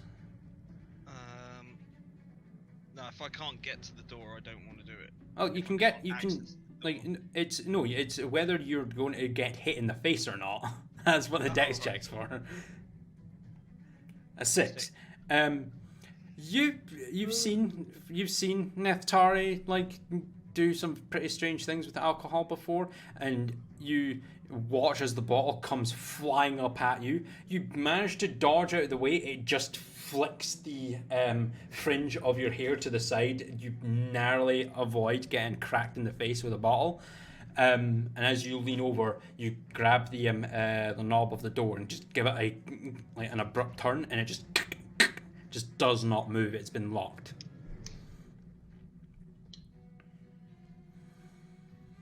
You still have your action.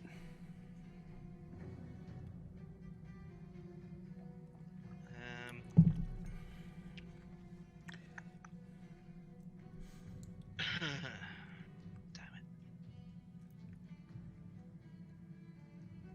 it. Okay, for an action, I'm just gonna cast second level cure wounds on myself.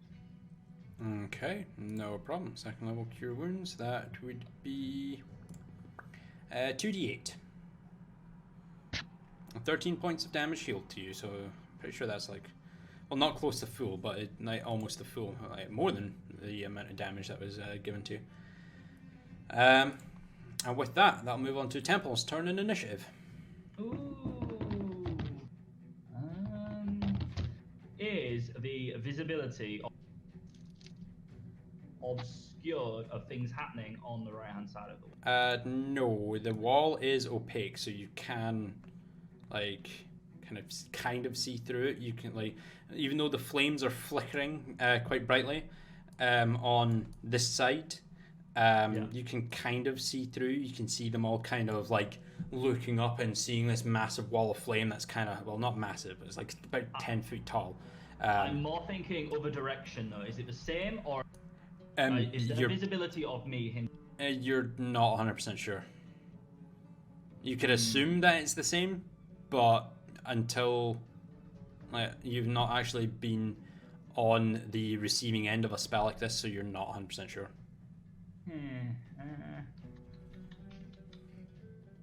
Right, has anyone seen Captain America when he throws his shield and it bounces off of people? God. I'm going to try and do that with this table if you... And I want... With the table? With this table, I just want to launch this fucking table. I count as large for stealth checks. I mean, strength checks. Maybe it'll work. It's a big table, but so am I. And I just want to knock these people down if possible, prone. That's... Alright, in which direction are you launching it? Frisbee! Yeah. Like that, so you try and get five there? Absolutely, I want to knock people prone, that's what. Alright, cool. Go ahead and roll me a strength check. Channel. 21, okay.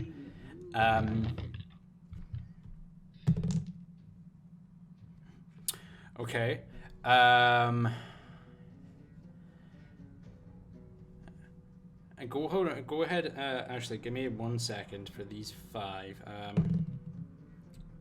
Fail.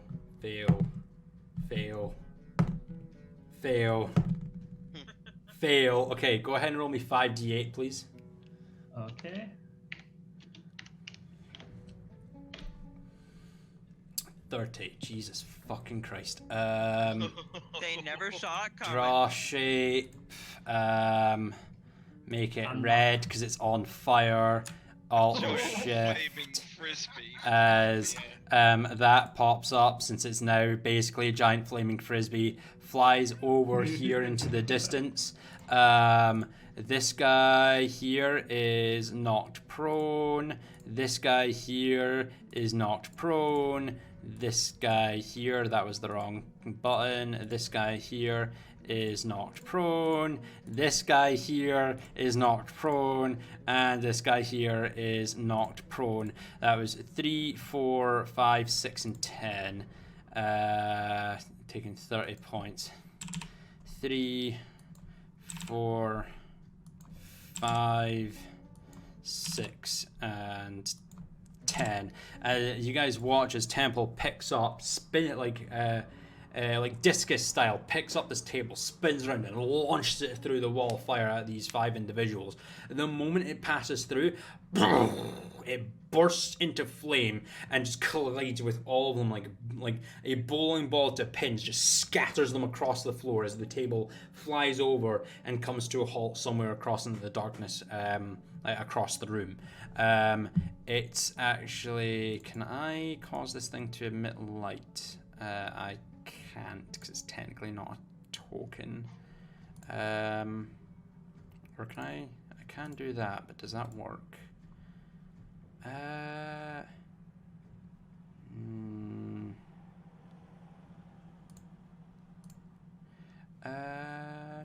Will this work?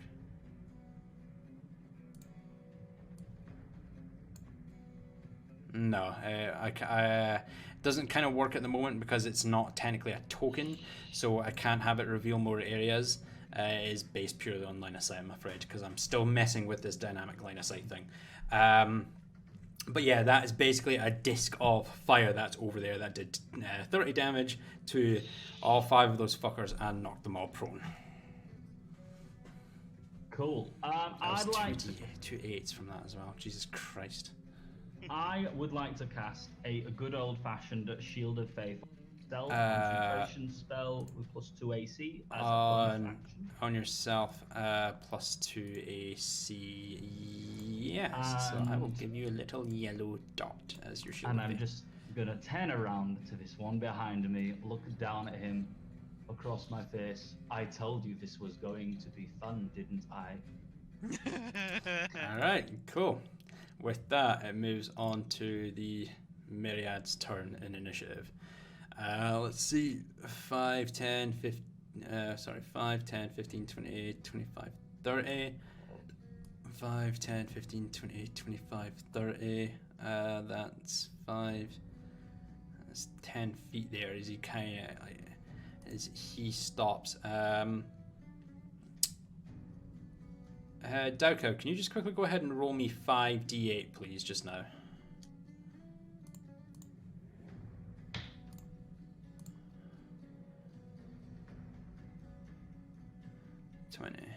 Cool.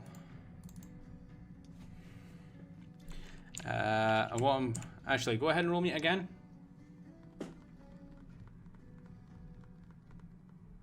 $19, and one more time, please. 20, 19, 20. Cool. Right, so I'm just going to take the average of that, so I'm not having you roll everything like a million times. We're going to just change the 5d8 to a flat 20, like just an average, just to make it easier. Number 2 here takes, as he ends his turn there, takes 20 points of fire damage as he's within range. Numero 3 spends 15 feet of his movement getting up.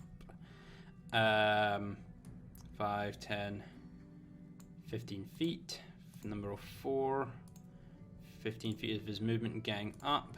5, 15 as he starts to move in towards the barrel there. Number 5 here, again, 15 feet. 5, 10, 5, 10, 15 feet down to there. Number 6 here, half of his movement getting up. 5, 10, 15. Number 7, 5, 10, 15, 20, 25,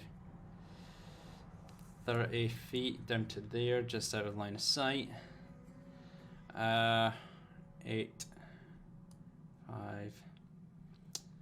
moves 5, 10, 15, 20, 25, 30 feet, taking 20 points of fire damage as he passes through the flames, getting to you, Coralina, and making an attack against you. That's a natural 2, so that's not going to hit. As he swings out at you, managed to duck away, his blade just embedding and taking a massive chunk out of the bar just to your right. I almost panicked and shielded. Almost. And number 9 is going to go 5, 10, 15, 20, 25, 30 up to here, taking 20 points of fire damage. And make an attack against you, Temple. That's at advantage as you're flanked. That is a 6. That is a 19 plus 5. That's a 24 to hit. That will hit. That will hit. Cool. That will be 12 points of slashing damage as his blade manages to hit you across the back. Okay. Cool. Numero 10 spends 15 feet of his movement getting up. Jesus Christ, that's 5 times I've had to say that. 5, 10, and 10 feet and stops there. 11 goes 5, 10, 15, 28, 25, 30 feet, taking 20 points damage to there. And ending his turn there. He's technically on the other side of the wall, so it's not going to do damage to him. Does that line not go through a square? Or inside the wall. It does connect with his token. Yeah, you know what? Actually, yeah, you're right, Victorious. It does actually touch his token, so he is. If you ending his turn there, he does take another 20 points of damage. Because it does is also if they end their turn within the wall. Technically, yes. Numero 12. Where's number 12? Is that number 12 there? No, that's number 1. There he is. 12 is going to go 5, 10, 15, 20 feet up to there. Moving like this. There. So he moves over to there and is going to strike out at you, Temple. That's a natural 20 for... That's going to hit. 5, 8, 13 points of slashing damage as he manages to catch you in the shoulder as you're kind of now glancing around at the 3 opponents that are now trying to surround you. Number 13 is going to go 5, 10, 15, 20, 25 over to there as he moves from here to here to here to here. Moving through the difficult terrain, trying to squeeze up through by the table. There's no table there. Oh wait, yeah, no, there isn't. Actually, Yeah. good shout. Good shout. So no difficult terrain. So whatever. He still manages to get there, and makes a strike against you, Temple. That's a 7, so that's not going to hit. As you watch, after taking 2 strikes, you watch as the this final guy starts moving towards you, and you're able to just you take one hand off of your great axe and catch his blade as he strikes down upon you and just throw it back at him. Just kind of wag your finger at him like and then number 14 here, who is right in front of you, is going to swing out at advantage. That is good. He's got advantage because that was a natural 1, and that's a 7, so that's not going to hit. As you well, actually, I'm going to ask you this here. How do you want to deflect this attack very quickly? Give you some personal flair to it. How do you want to block this attack? Well, absolutely.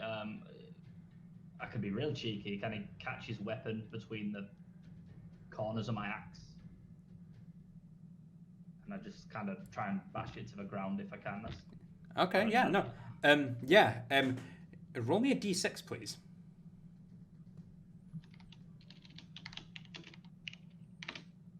4.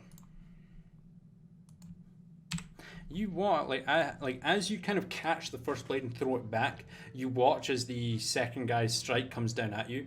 You manage to lift up your great axe and catch the blade. It slides down the a shaft, catching to the head of the axe. You twist and basically throw it towards the ground. You watch as the blade strikes the head of the axe. That same cold energy flows from the axe head down the blade to his hand, as he then takes an additional 6 cold damage. before his hand and blade is kind of knocked to the floor. One thing that I can now tell you about your Great Axe of Frostbane, sorry, not Frostbane. While using the weapon in combat, any attacks deal an additional d6 of cold damage, and any attack that is blocked by this weapon deals an additional one d6 of cold damage. Ooh. Because you've not actually done that yet. Yeah, that's good. So anything that attacks or is attacked by the Great Axe of Frostbane takes an additional d6 of cold damage. It's like an offensive defense, isn't it? That's yes, basically. Very, very creative design for that as well, Scott. Cool. All right, and with that, it's going to move on to Carolina's turn in initiative. And I know you've been kind of itching to do something here, Carolina, because I've been watching you measure shit out. I'm sorry. All right, so, and also I finally got roll 20 up and running. Yay! I noticed. Yay! Yay. Okay, so, I'm gonna use my bonus action to Misty Step 30 feet away. I'm gonna pop back up on this table. Yell at Temple to hit the deck. And I'm gonna cast Lightning Bolt. Do I get an attack on the ground? So what you can do here. So what Oh you my can God, do that's here. it, literally. You're still hiding that arrow, by the way, so people can't see that. My apologies. That's no There you problem. go. There you go. There you go. So Finagled right there. Yep. about there to hit all four of those guys. All right, cool. What you can do here, Temple, is because Carolina's called out to you, I will give you a free action if you willingly want to drop yourself prone to avoid the damage. If you don't do that willingly, you will roll the dex save and you will take damage. But if you willingly drop prone now, you'll go prone. You will be at like the mercy of the people around you if they want to attack you. They haven't taken a turn yet. No, they've taken their turn, but they go before you in initiative. So if you willingly drop prone, you will be at their mercy, but you will be taking no damage from this lightning bolt spell. I will give you that as a free action. So it's your choice. Either miss this and dodge all of this damage, or potentially take a lot of damage next turn. Lightning Rod Temple. All right, cool. Is that Take it. Cool. Lightning. What level is lightning bolt at, Carolina? Oh god, level 3? So it's gonna be a DC 15, and it's only gonna be 8d6 of lightning damage because I still need to pace myself. Cool. So Kenjaw did this to me. I was fine. yeah. So go ahead and roll your 8d6 of lightning damage. 30 points. Boom. Temple, go ahead and roll your dex save. DC is 15. Oh no. 8 is bigger than 15. So right? that's 30 points of lightning damage to you, and it will be 1, 2, 3, 4. Sorry, can you mark where you were doing that again, Carolina? Was it like It that? was like this, yeah. It was like something like that, wasn't it? So that you're hitting those 5, right? I was actually lining up to only hit 4, so I had 1, 2, 3, 4. So Those 4. yeah. I know, Okay. but if you extend that arrow 1 square further, you actually cross through that other guy's square. Yeah. If you do it like that, that gives you 5, and it's Well, up it to is 100. It is a 100-foot line, so Yeah, so you could easily do that. So I mean, you technically go out to like the edge of the room here, so you could easily hit all 5 of them Yeah. there if you want. sure, let's do that. All right, I cool. like that So decision. DC 15. That's a save on the first guy. Fail, just fails, and a nat 20 on the last guy. So Fuck you, last guy. Answer. The first guy who's being hit, does he still gain advantage off of that? No, because it's technically not an attack; it's a spell. It's only if an attack lands against him, but it's not going to matter as the lightning bolt just courses through his body. It didn't matter that he made the save. His clothes start to burn and turn a really dark color. His hair ignites as he just just shakes there violently before the lightning energy ceases to course through him, and he just tumbles to the ground and is dead.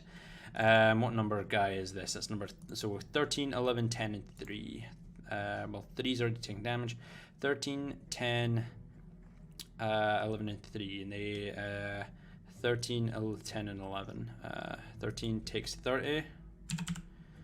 11 takes 30. And 10 takes 30, dropping them down to that much health. As the 3 individuals here, and here, they don't notice you miss a step. These two are not really able to see much because of the flames that are kind of licking around them. This guy here is too focused on Temple to notice you miss the step and cast the spell, and they manage to take the full brunt of it. This guy over here, he does see the lightning bolt kind of course towards him, that deep blue energy of the lightning bolt coming towards him, and he manages to duck out the way, not dodging all the damage, but dodging a vast majority of it. Is there anything else you'd like to do on your turn? Nope, I'm thoroughly satisfied. Cool. That will move on to Talar. It's your turn in initiative. Alrighty, well, I'm not liking the looks of this guy right in front of me. I'm going to... Let's see...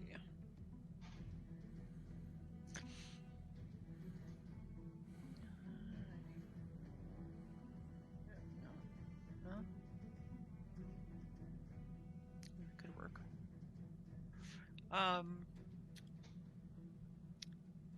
I'd like to actually have her, attempt to use her flight to basically kind of jump up and glide and land on top of this table here. Okay, yeah, no, I'll let you get away with that. Okay. And then, 3rd level spiritual weapon. Right there. Ping that again, sorry, was it just there? No, not there. There? Yeah. Yep. Cool. Right, and controlled by you. Now, which one are you attacking with it as you summoned it? Because you only get one attack. So that guy there. Cool. That will be a d20 plus 8, I believe, for the hit. It's a 3rd level spiritual weapon. Yeah, that's the highest I can do at the moment. Yeah, so that'll be a d20 plus 8, yeah, for a spiritual weapon. 27 will hit. Go ahead and roll your d8 plus 4.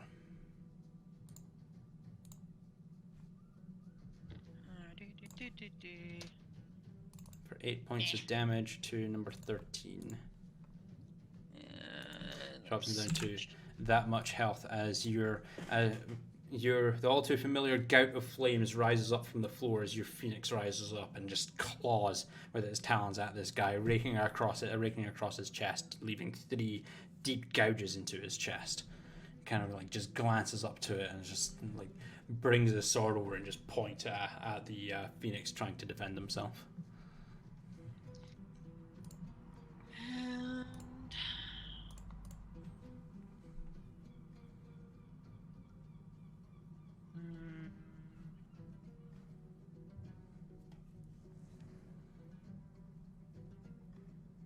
I'm going to hold.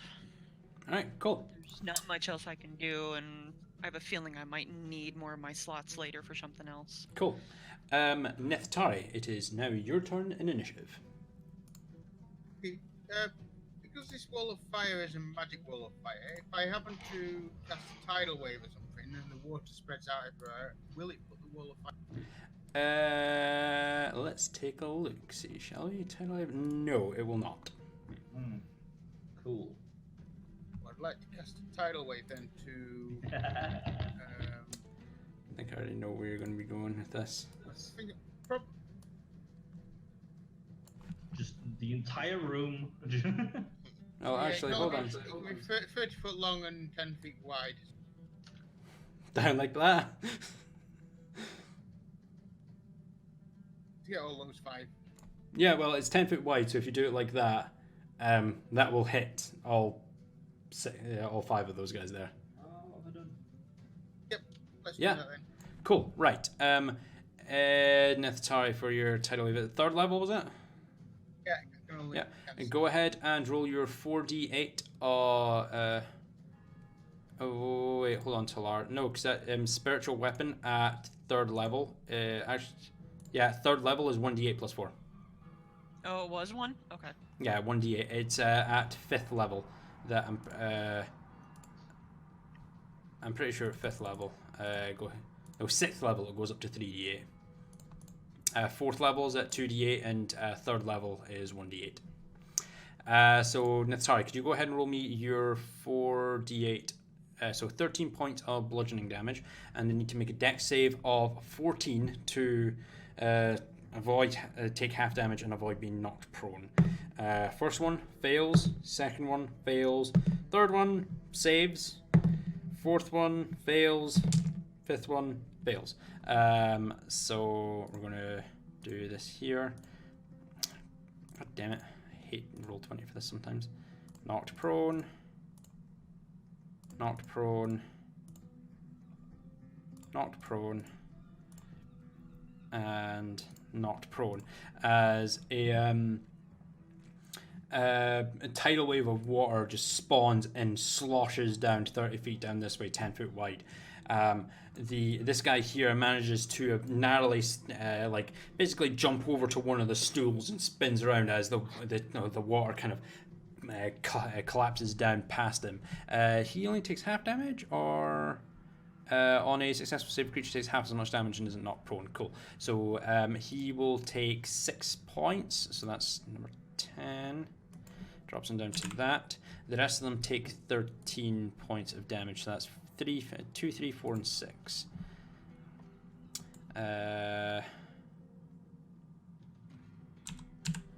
2, 3, 4, and 6. And 10 took half the damage. Taking 6 points of damage. Drops him down to that. Cool. Anything else you'd like to do on your turn, Nithari? Could I grab another bottle, take a quick swig, and lob it? Roll me a perception check. Classic Neftari. 8. As you kind of glance around looking for it on this side of the wall, doesn't seem to be any bottles. Not like you're just taking a quick glance since you know you're in immediate danger. Like very quickly, like on first glance, nothing there. Okay. Using a bonus action to be side shift. Yep, cool. To your armor class is now temporarily 19. You gain 20 temporary hit points.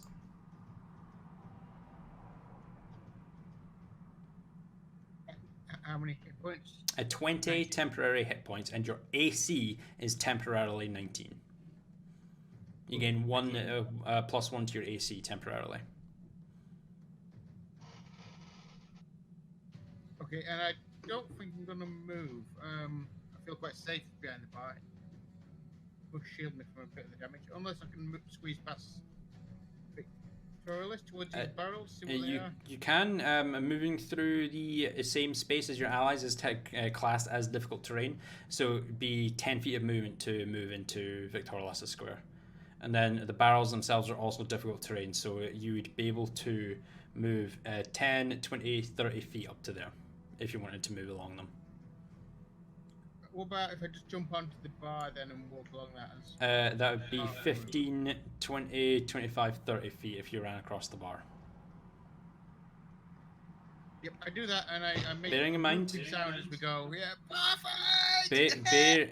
Bearing in mind, once you get to here, you are within melee range of this guy. If you jump up to there and then run, he will get an attack of opportunity against you. Oh. Because remember, you're entering his melee range and then immediately leaving it. Let me go through Victor and then barrel. So 10, I'll squeeze Um, up against the wall. And try and 10 get past. feet, 25 feet, 30. He'll still get an attack of opportunity against you because you're within 5 feet of him there. No, I meant I'll just go into the barrels instead. Oh, you're just going into the barrels. So 10, 20, That'll be 20 feet there. You won't have enough to get onto the bar, or you can move up to. You can either stay there or move up to there for your full 30. I'll balance on that barrel. 15. Yeah. That's okay. Yeah, if you want to move there, you can move there. That's no problem. Yeah, 15. You have control of your token. There you go. I was about to say. Right, Sorry, cool. right. With that, with Natalia's turn over, top of the round. But Torlas, it's your turn in initiative.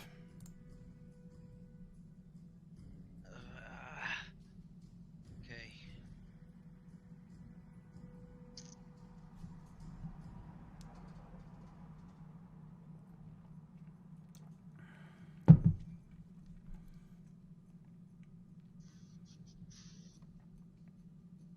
Screw it. Bonus action. And Hunter's Mark that guy. Okay, cool. He is marked. And then I'm going to draw my short swords and leap up on the bar and come down with him with both of them. Come down with both. Alright, cool. Go ahead and roll your attack. 27 to hit for 10 points. Go ahead and roll your D8 Colossus Slayer and your D6 Hunter's Mark. 10, 11,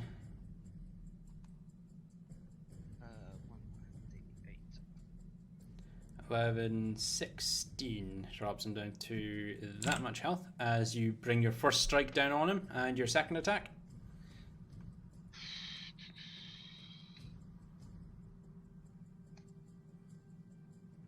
.29 to hit for 8 points of damage. Go ahead and roll your d6.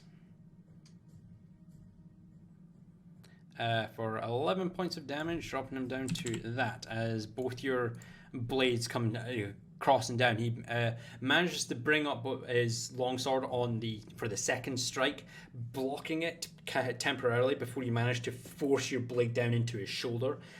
Your first strike managing to catch him properly across the clavicle on his right shoulder. So not doing as much on the second strike as you would have liked, but still managing to connect. How much movement do I have left? 15 feet, as it takes half your movement to hop up onto the... I'm going to scoot round and I'm going to move behind him to there. Okay. 10 feet to drop and then 5. Yeah, no, I'll give you that, no problem. And is that it for yourself? Then my turn there. Cool. Temple, it's your turn in initiative.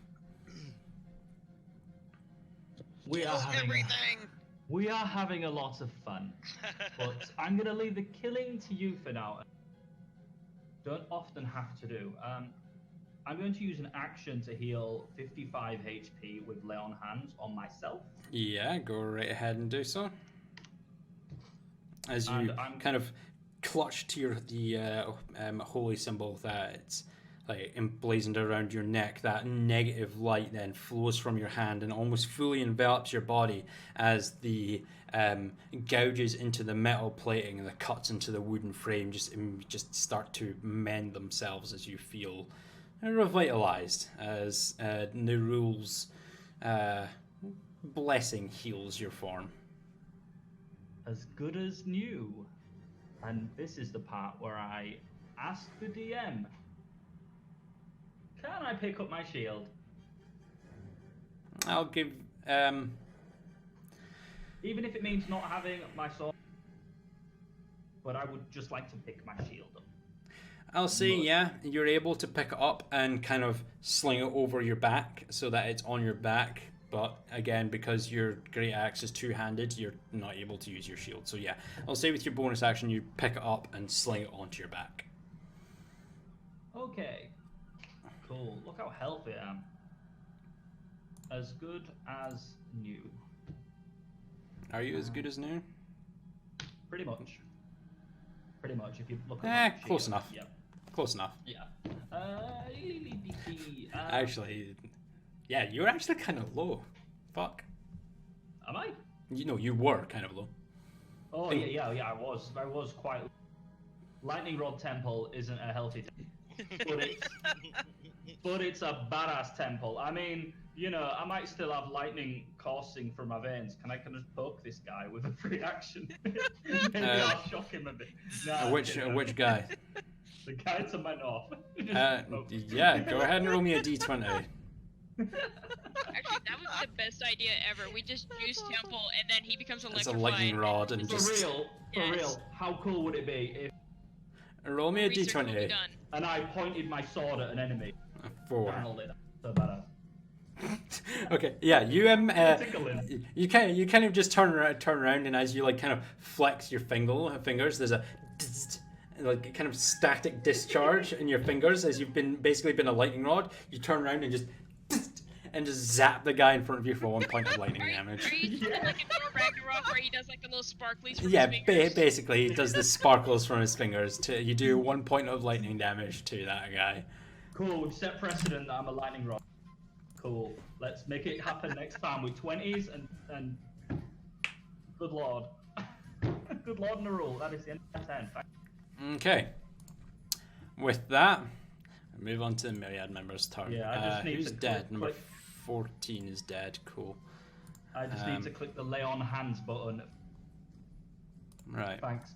5, 10, 15, 20, 25. Actually, no.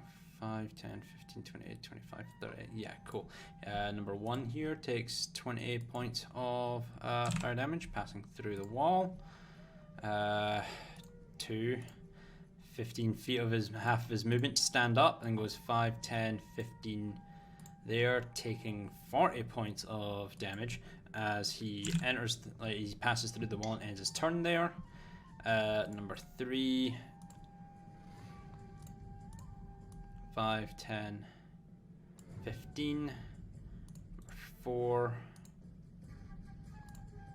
goes at 10, 20, 30 feet, ending his turn there and taking 20 points of fire damage as he's within range of it. 5 goes 5, 10, 15, 20, 25. Actually, no. 10, 15, 20, 25 feet to there, passes his turn there. 6 spends half of his movement getting up. 5, 10, 15 feet down to there. 7 moves 5, 10, 15, 20, 25, 30 feet to there, taking 20 points of fire damage as he passes through. 8 is here. Cool. Number 8 is going to swing out at you, Victorless. That is a 18 to hit you. I don't think that will with your... Nope. No, it won't. Cool. As he swings out at you, you're able to cross, you take your short sword and kind of cross blade and catch the blade above you and just push him back and draw your blades out. It's kind of basically like a set of scissors. Just sling the blade back as you just then take your stance ready for another attack. Who's number 9? Number 9 is this one here. Is going to move 5 feet to there, and is going to swing at you, Temple, at advantage.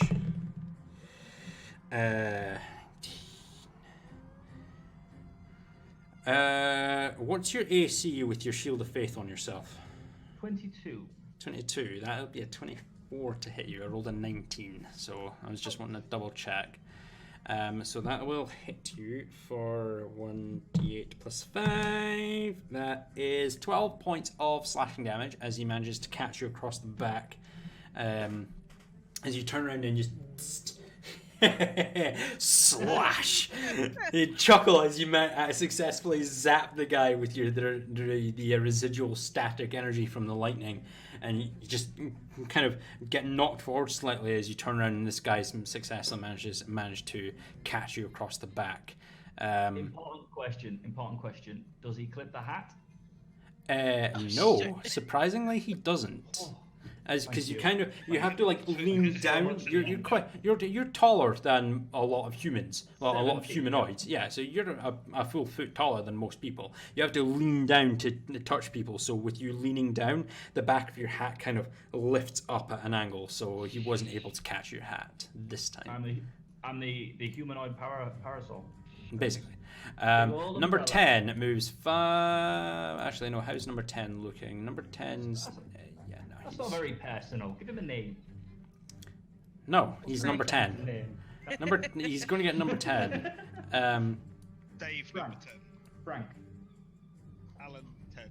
He's going to move 30 feet down to there. Pass his turn there. Number 11 here is going to move 5, 10, 15, 20, 25 feet to there across the difficult terrain, and is going to strike out at you, Victorious, at advantage because you're flanked. But I've got my cloak. So, Yeah, Or does that not work? You know what? Yeah, no, I'll give you that. So I'm just going to re-roll because that would have hit you. So I'm just going to re-roll that. Because yeah, the disadvantage from your displacer cloak. I always forget that disadvantage from your displacer cloak cancels out the advantage of the flank.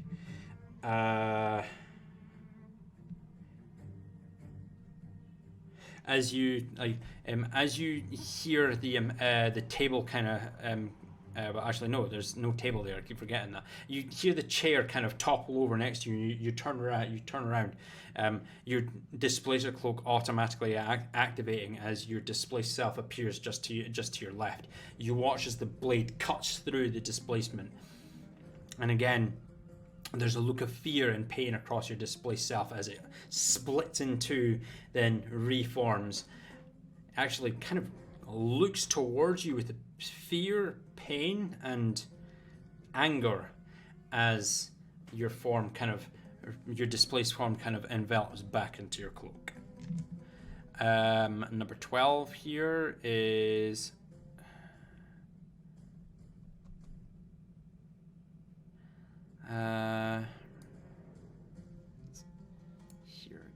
is going to.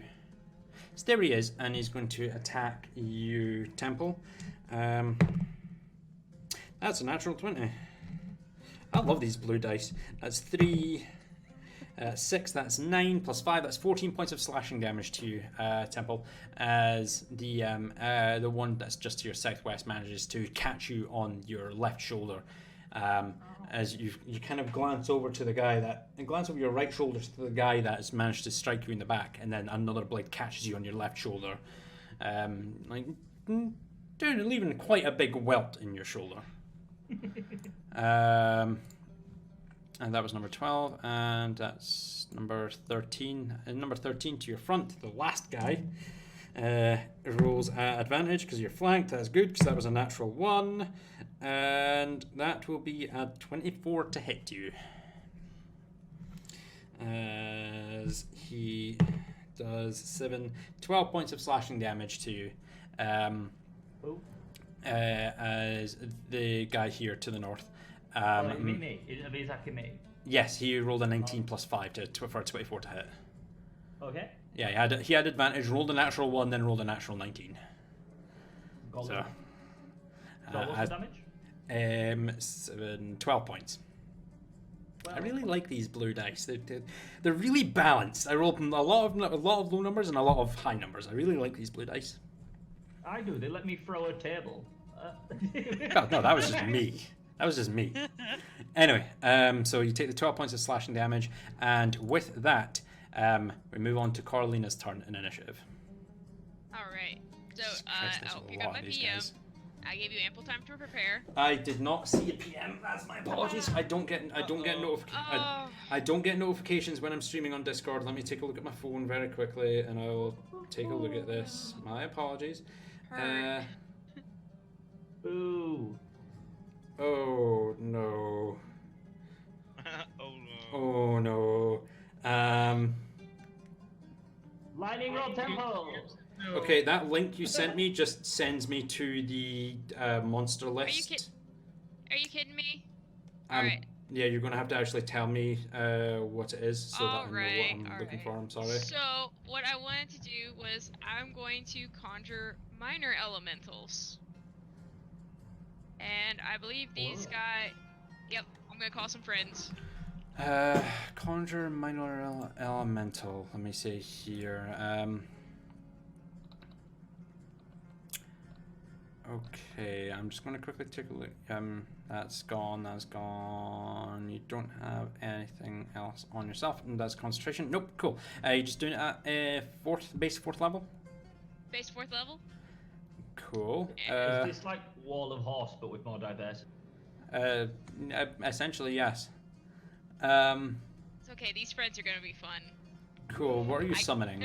They're CR rating 1/2, and I get 4 of them. Magma Mephits. Magma Mephit. I'm pretty sure I have monster cards for these. Give me a second. I hope you have a damn monster card for this. Shut up. Challenge rating Fox moment. Yay! In between games, I'm just gonna give him a list of guys I like to summon, so I can just have them ready. Wall Yes, of Mephit. please Wall do. of Send me a big list of shit that you want to summon so that I can actually make tokens and stuff so I have them at the ready. And Here's yes, my Rolodex of friends. Elemental horses. And yes, here you go. It's a bit shiny on the stream, but yes, I have a monster card from Magnum Effort. So let me see if I can get. They're like little fire rats with wings. They're like molten rats with wings. Let's go with that. Let me bring this page up here and see if I can summon a magma method. Let's see. There are no good pictures of these. Oh, this one's cute. There's a premium. There's premium set there. Stop, please use this one. This is a great token picture. Look how cute. Oh, like flamey gremlins. I know, right? I summon gremlins. Are these things actually on fire then? They're not on fire technically. Right, let me save image as that. Cool, and then we'll go down to token stamp. That border, it's green because it's allied. Drag that into there. Download, go to here. I want them like. Can I put them right here? I will give me 2 seconds while I actually, because I'm actually having to upload these like this token. Don't apologize. But like you just said, if you could do me a massive favor and I'll get you a list next give me a list of things that you want to summon, that way I can get these tokens like ready in advance. Because I'm going to get all like the air elemental and stuff like that as well. Let me. I can't wait until you do this at the same time and something like Wall of Horse. Don't make those kind of suggestions, please. Right. So, please, where would you like to summon these things?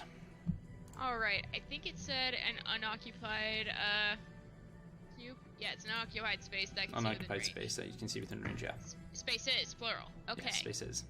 So it's within 90 feet. So I want one here. One here, and then I want one here, and the other one here. And I'm going to call out in Primordial. Dahin, Davin. Leave only ashes and cinders. Okay. Now, as per rules on summoning, these are all going to get the instead of rolling separate initiatives, which makes the game take ages, they're going to go under your initiative, and you have full control over their tokens. And let me just quickly double check. Some elemental here. We go by summoning sickness, don't we? Yes. So this turn they can't act. Okay, Summon creatures are friendly to you and your companions. Roll initiative for some creatures as a group, which has its own turns. No. They obey any verbal commands that you issue to them. No action required by you. If you don't issue any command to them, they defend themselves from hostile creatures, but otherwise take no action. I have the statistics, which I do here. And because I have them, I will, if you tell them to attack or anything like that, I will roll all the shit here for I the told them, attacks. leave only ashes and cinders. But by command, actually no, it's not. It doesn't say it. It's actually base per turn. So yeah, you know, you've given them their command. So cool. Go ahead and roll. Oh wait, no. What am I doing? What am I saying? So yeah, there's summon sickness this turn, so they can't actually act this turn.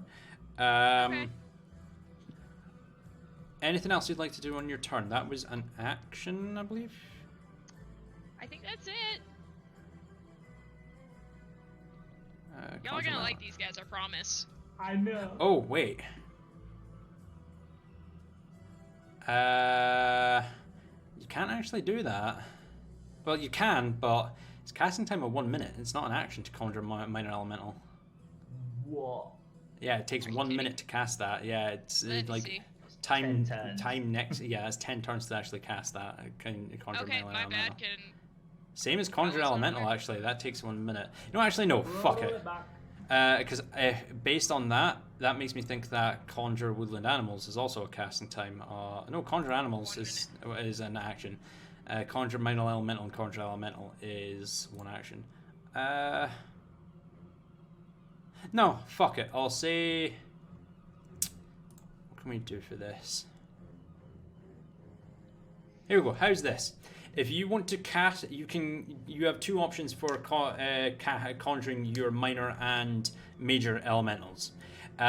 You can expend one spell slot to spend 1 minute summoning them, or you can spend 2 spell slots of the desired level to summon them instantaneously. So if you want to conjure a major elemental, you must spend both of your 5th level spell slots in order to summon it.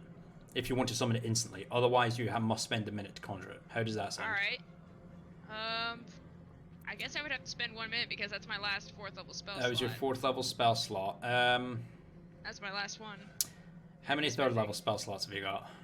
I got 1 left. Can I blow the 3rd and the 4th? I will, for this time, since I've just made that up on the fly, I will let you spend a 3rd and a 4th level spell slot to summon your, to cast your conjure minor elementals on the fly.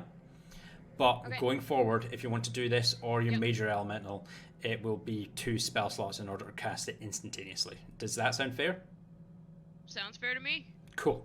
Right, so expend your 3rd and your 4th level spell slot. They are there under your control, but they have summoning sickness for this turn. Is there anything is else you'd done. like to do on your turn?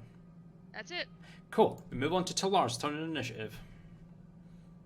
Okay.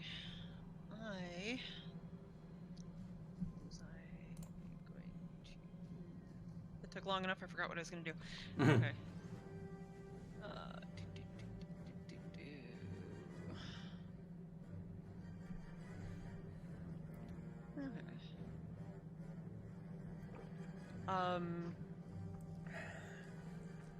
Moving my phoenix is A bonus remember if action that's- to move 20 feet and then attack.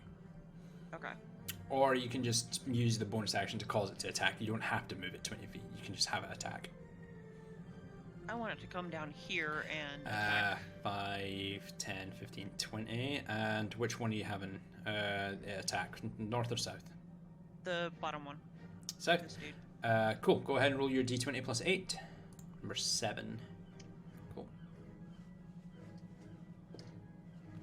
That's going to miss, unfortunately, as it kind of strikes out, and the individual looks up, sees the phoenix gliding towards him, and manages to duck out the side as the phoenix kind of racks its talons down towards him. Okay. Well, my.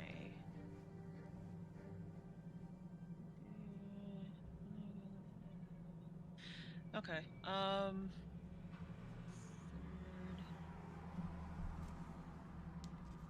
No, that was my bonus.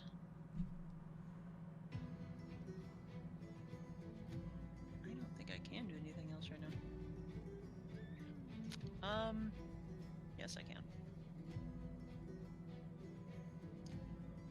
here, move here. Should be 25 feet right there. Yep. Yep. And then I'm actually going to. Where is it? Crossbow.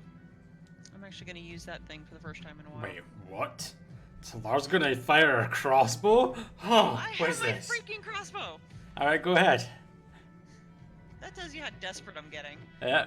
I Very much don't so. remember how to roll this thing. So it'd be exclamation point A space crossbow, and then hit enter. 18 to hit, and which one are you hitting? The same guy? Same one. Same guy. 18 just hits for 8 points of piercing damage, dropping him down to that much health.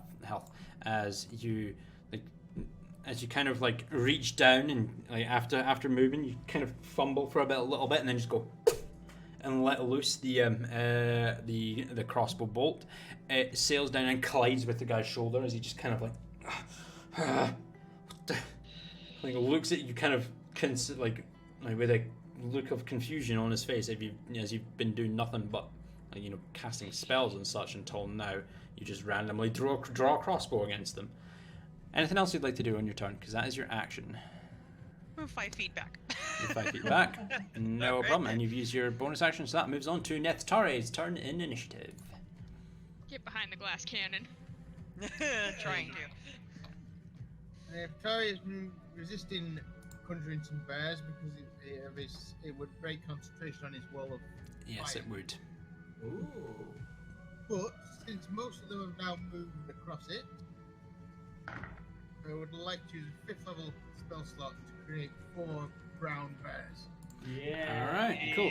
So Wall of the fire. wall of fire disappears, Well, and brown bear. I need to see about getting some tokens here for this as well. Go with this one here. Just drag and drop that into there, which is that size. Where are you putting them? Oh shit, it's the bears again. one between the 3 that are below One moment. I'm just going to give you control. Ping it for me, please, so I know where you're. Like there or there. All right, cool. Here's your second one. You should still have. You should have control of that. Where are you putting that? Probably to flank the one that's temples. Cool. There's your third one. Place that wherever you want to. Another one to defend that space. And your fourth one is over here. Where do you want it? That. Yeah, I'm gonna get proper tokens for the bears, cause and see later on, Doug, if you could go through the list of creatures that you can actually actively summon as well, and send me a list of ones that you you believe you'll use in the future. That way, I can get proper tokens for you to use as well. Yeah, there's only a small amount of public conjure. The brown bear, the riding horses if we need to get anywhere. Yeah. And dire wolves maybe. Just give me a list later on. Flying beast. Tack, everyone. Sorry. That's all right. All right, cool. So again, I don't think I can move them this turn. you can't summon sickness, so they're not able to move or anything like that. But that conjure animals is an action. What level was that at? Sorry, That was just fifth fifth level. Fifth. Fifth level. Higher level, 3 times as many. Oh wait, no, twice as many. And so yeah, they're challenge rating 1, right? Yeah. Yeah, so that's why you can get 4. Cool. Right, you've got your bonus action and your movement. I'd like to use my bonus action movement. I'm looking for interesting things behind this bar. Are there any cigars? Roll me a perception check. Classic.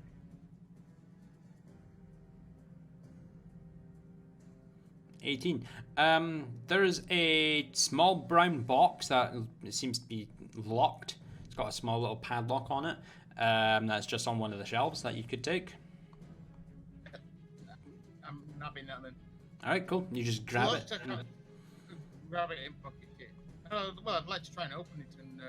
It's padlocked. You're not going to get it open this turn, I'm afraid. Yeah, smash it or something. Not at the moment. Not in this turn, I'm afraid. No. Okay, then I leap onto the bar. All right, cool. That's 15 feet of movement. You've still got another 15. And scuttle along it to flank that guy. All right, cool. And you've got your bonus action. Is there anything in reach I can smash over his head? That'll take an action to do that, I'm afraid. If there is anything, it'd be an action anyway. Okay. I don't think I've got any interesting bonus actions that will do anything on this guy, so. Is that the end of your turn there? I'll use my bonus action to cast Shillelagh on my. All right, cool. Yeah, you cast Shillelagh on your quarterstaff, and with that, top of the round, Victorlas. Okay, motherfuckers. Yeah. Straight away, I'm gonna slash out of this guy in between me and Neftari. Yep, you've got advantage on the strike. That's a 29 to hit, so that will hit for 12 points of piercing damage. Roll your d6. What number is this guy? It's number 12, right? Number 8. Right, so 12, 15, 20 points, dropping into that as you manage to bring your first sword against him. As he turns away from you for a moment, watching Neftari run across the bar towards him, you manage to catch him across the back. And with your second strike, 14 will miss as he ducks down. Roll that at advantage. Oh yeah, go ahead and roll again then.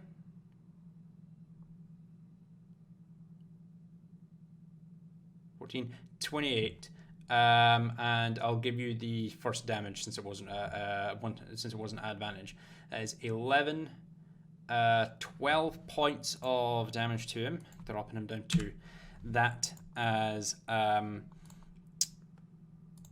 you strike out at him and manage to catch him one more time across the shoulder with your main hand strike.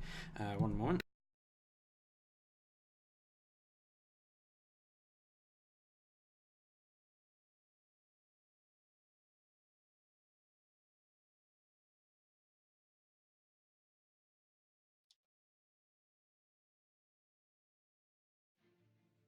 There we go. Yeah, you managed to catch him. He looks really fucked up, like bleeding from several wounds. He's kind of like, his shoulders are drooped down. He's kind of like just panting away, trying to compose himself, but he looks close to death. And then I'm going to spin around with my offhand strike and hit him again. Yes, this will be with no bonuses, I'm pretty sure. With your two weapon fighting. Still advantage though, yeah. Unless that modifier is negative. Yes, go ahead. Still at advantage, but no bonuses to the damage. So that will hit for 1 point of damage. Plus your d6. So that's and plus 3, barely standing as you spin around and actually catch him with the flat of your blade. Not the edge, but just the flat. Strikes him across the face, and he kind of stumbles and looks kind of dazed, but he's just his breathing is ragged, his eyes are starting to roll into the back of his head. He's barely standing. And you've got your movement if you'd like to use it. Yeah, I would. I'm gonna dash to there. I know that'll invoke an attack of opportunity from the numero 11 guy. That is a 16 plus 5. That's a 21 to hit. That just hits. It just hits, yeah, because you've got plus 2 from your Shield of Faith, right? Yeah. Yes, that makes your AC, so that will be 12 points of slashing damage as you break his melee range and he manages to strike out against you. Damn it. And then I'm going to leap up onto the bar. Okay, so that's 25, so that'll be 10 we'll round it down. So yeah, it takes 10 feet of your movement. So you've got 15 feet of movement left for that. I'm gonna stay there. All right, cool. Move on to Temple's turn in initiative. I'm just half expecting Victoralis to run across flips or some shit. I can't wait. Until that time, however, what's really cheesy that I can say? Playtime's over. Although not with these bears around. I am going to.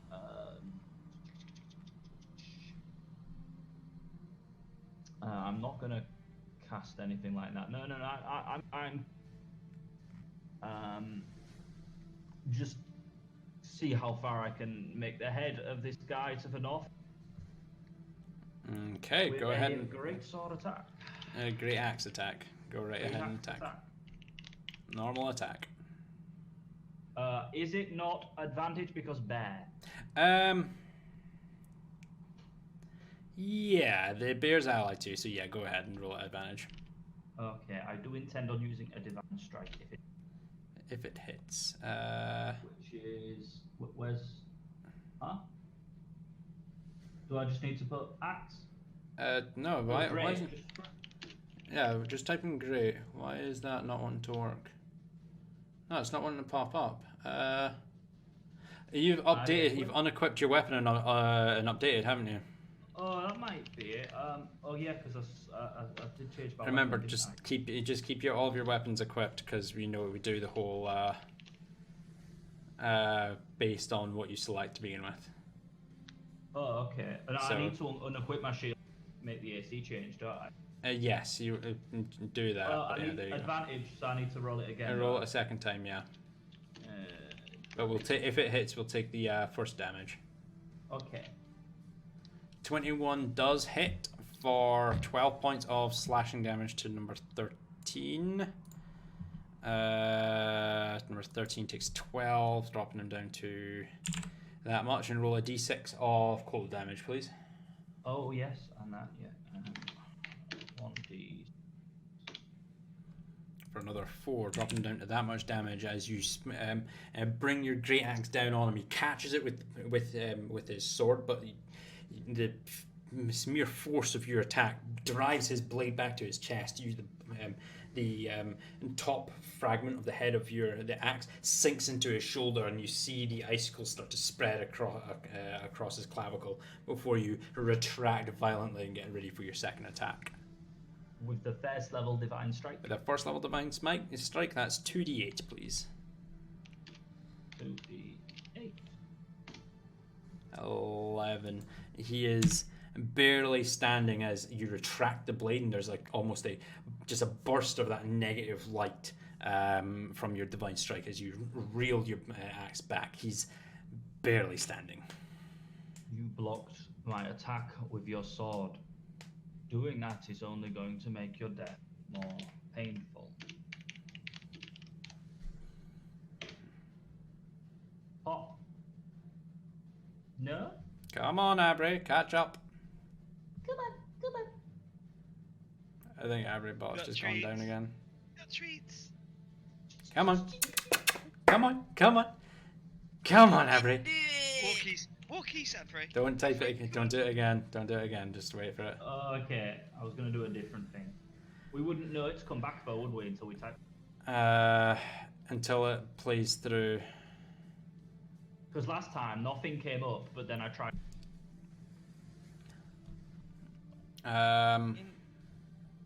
Insert Jeopardy theme song. We could just do math. If you want, if Avery's gone down, I can roll this for you. I'd be happy for you to roll. Alright, cool. Since Avery seems to have gone down again. So it is it's plus 11, a plus 11 to hit at advantage. That would be a 19, and at advantage, that is a 23 to hit, so that will hit for a d12 plus 7. That's max damage, 19 points of slashing damage. 24 points of slashing damage. How do you want to kill this guy? I already said. I would like to see how much this chap's head rolls. How far? How far this chap's head rolls? This chap's head I rolls. want- Not very far, as you No. as you retract the great axe and swing down at him. You manage to catch him at the neck near the clavicle, drive your blade down across his clavicle, across his chest, and down out by his lower right pectoral. He just stops there for a moment, just and the top portion of his body then just kind of like, think Underworld style. Fucking Bill Nye, as his head kind of slides off of his face, like the top portion of his head slides off, his body just kind of slides down, and then half of it just topples down onto the ground, and then the lower part of his body just collapses in a heap soon after. Just in a very nonchalant fashion, may I do the same thing with my shield, with my sword that's on the ground, and just put it on my back? I will say, like, taking your main hand, you've managed to grab your sword and slot it into the sheath, into the scabbard, no problem. Well, I guess I'm gonna turn around and just stare down this other town. All right, I'm not cool. gonna say anything. Cool. He knows It's going what's to coming. move on to the Myriad guy's turn, which is good because Avery's still offline for some stupid reason, which sucks. How do you know Right, it's offline? Like, because it's offline on Discord. oh, okay. Right, so where's number one? There he is. Number one is going to go 5, 10, 15 feet to here. Man, they like you, Temple. I like them too. That's going to be a miss as he swipes out at you, and the blade just like hits you and kind of reverbs and kind of shakes in his hand, just like, what are you? Who's up next? Number 2 moves. Let's see, 10 up to there. And we'll strike it at you, Victorlas. That is a 6, and that's a natural 1 at disadvantage. As your displacement kind of phases out, he just like glances between the two of you and strikes out of the displacement, and the blade just sinks like 5 or 6 inches into the bars. Fuck! And starts struggling to pull it out. You watch as the shin of your displacement kind of cleaves in two, and cries out silently in pain before the displacement phases back into your cloak. Number 3 is going to move 5, 10, 15, 28, 25, 30 feet up to here. And make an attack against you again at disadvantage. 13. And an 8 plus 5. Your displacement phases out once again as the cloak senses the impending attack. The guy just strikes out at it and slashes across the chest. The displacement kind of like almost breaks in two, kind of like, I think, nearly Headless Nick style from Harry Potter.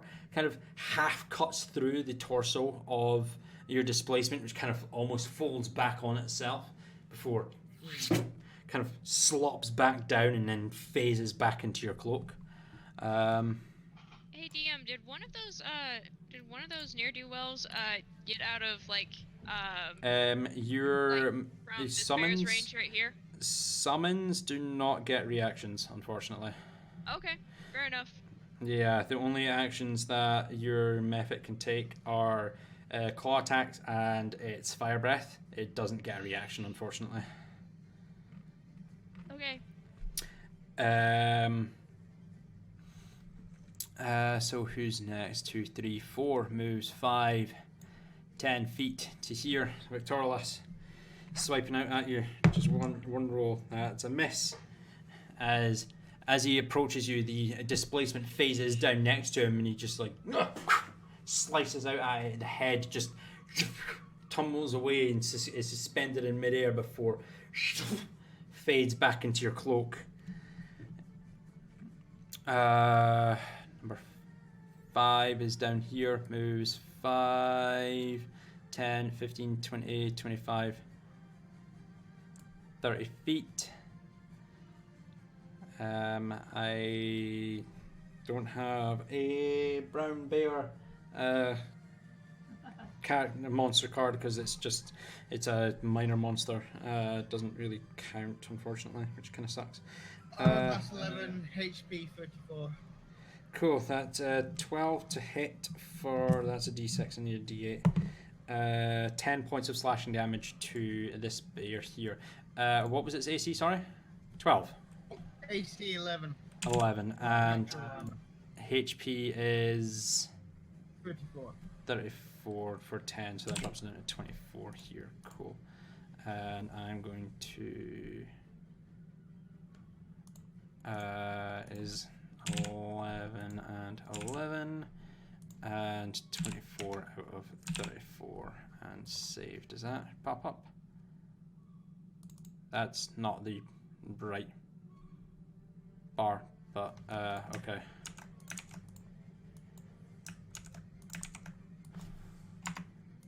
Cool.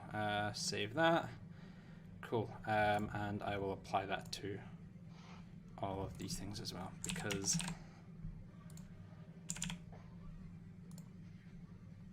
it's health and armor class, so you can see that.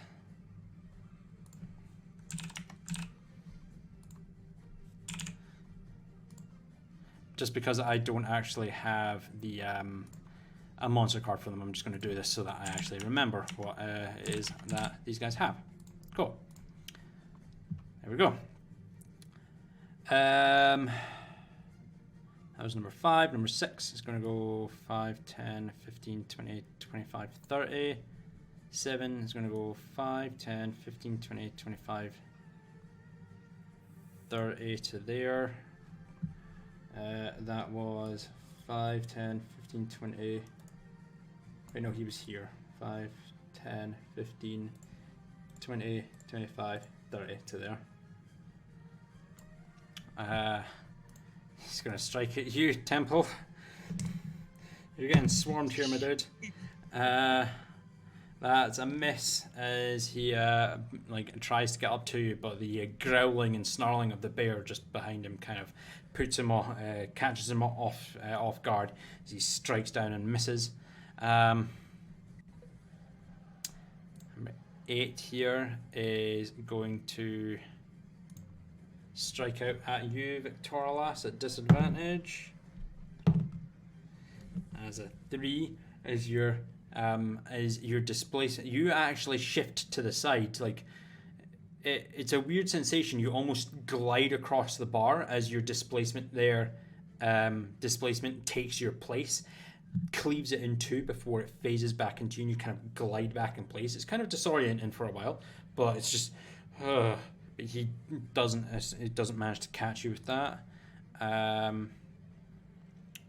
Number 9 is going to strike out at you, Temple.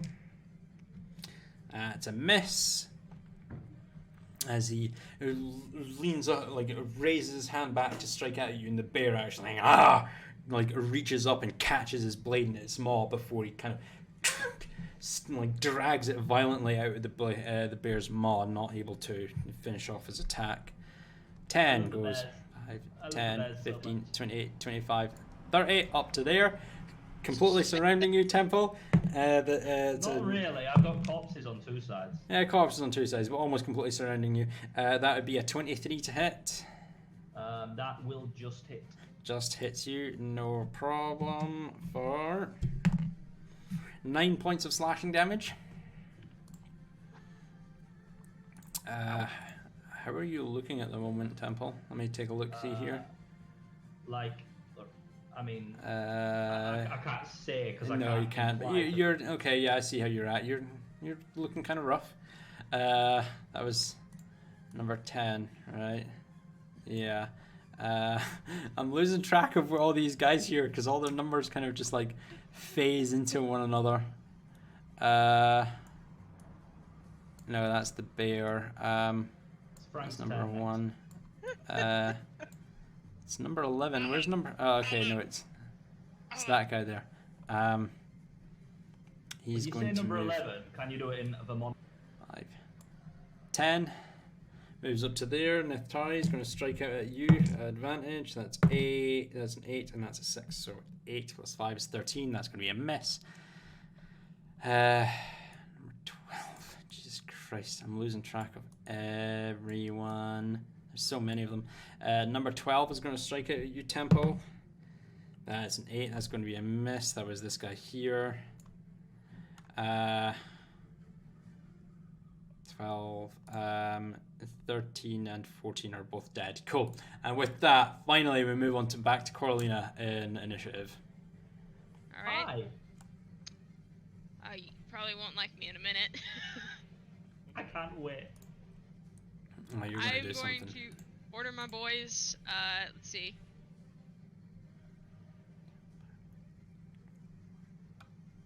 I'm going to move. Let's see. We'll move this one up here to the bar. It's gonna fly. Fly up to the bar. Yep, cool. Yeah. And then Dance this one's routine. flying up here. Is that correct? Hang on, let me measure. Make sure I don't screw people over here. Yeah, that's 25 feet. Yeet. Yeah, it's got 30 feet of flying. Yeah, cool. Okay. I told them to burn this mother down, and that's what they're going to Oh, do. I They're know all what you're going about to to breathe do. fire. All going to breathe fire. Cool. Right. Yeah. So, exhales in a 50-foot cone of fire. Each creature in that area must make a DC 11 dex saving throw, taking 2d6 of fire damage on a failed save or half as much on a successful one. Cool. Where's this cone going? Well, where are these cones going? Okay. We'll assume it's about 15-foot cone. Yeah, like that. Sorry, guys. Shenanigans. Okay, so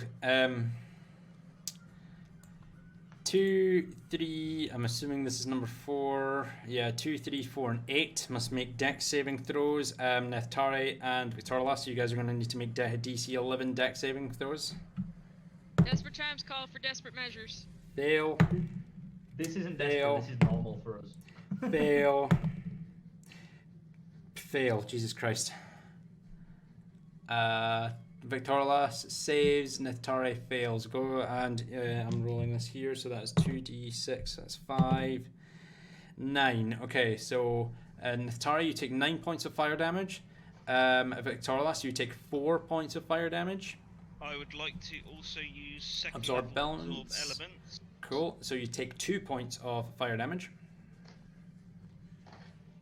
As it's resistant, as you take half damage and then resistance halves that again. So 2 points of fire damage. Everyone. Yep. So 2, 3, 4, and 8 take 9 points. 2, 3, 4, 8. You watch as number 8 there, the one that you've hunter's marked, Victorlas, kind of just just waves and screams in pain as he slowly drops to the floor. The flames just licking at his body, slowly incinerating him. What about your other method? Alright. You mean my other methods? Plural? Yeah, one at a time though. Alright, so we'll go 15-foot cone here to get these two, and Victorless, I'm sorry. 15, 15, 15. Yeah. Yeah, cool. I'll go with that. So, Victorlas, another... actually, hold on. Let me quickly double check something here for your spells. For Absorb Elements, it's a reaction. That's not your next turn. Cool. So, yeah, you still have resistance to the to fire damage. So, go ahead and roll another DC 11 dex save. Do I have to dex save as well? It's a nat 20. No, you're not in the cone, unfortunately. So yeah, you naturally save. You for 2 and 3, that's a 6. That's a save and another save. So everyone saves, taking 5, 10, So they take 2 and 3 take 5 points of damage. Victorious, you take another 2 points of fire damage. So 2 and 3 take 5.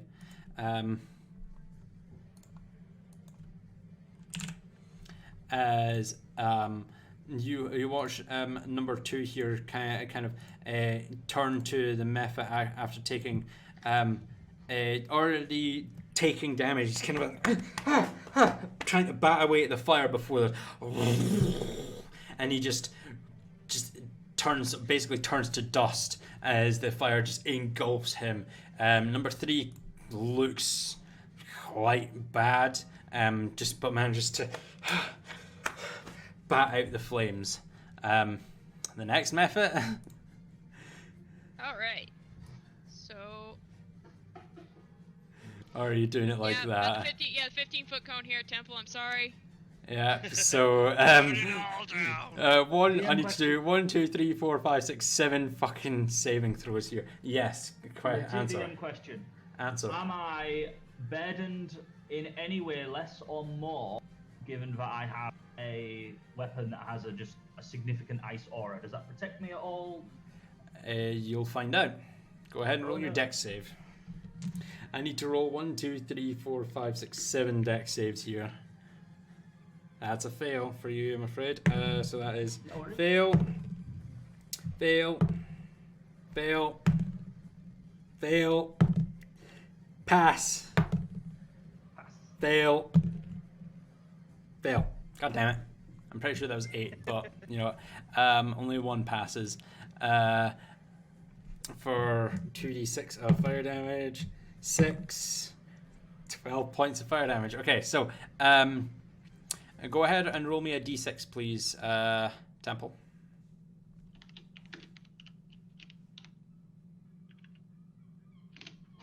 You take 9 points of fire damage as the cold aura that surrounds the frost pane kind of nullifies some of the incoming fire damage, but not completely.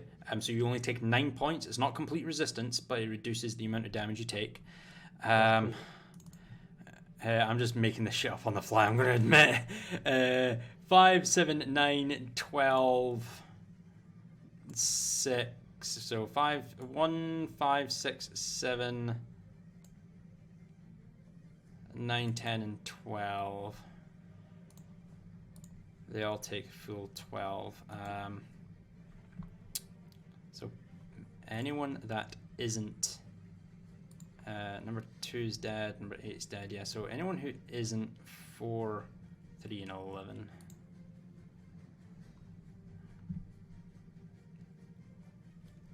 So 12 drops into that.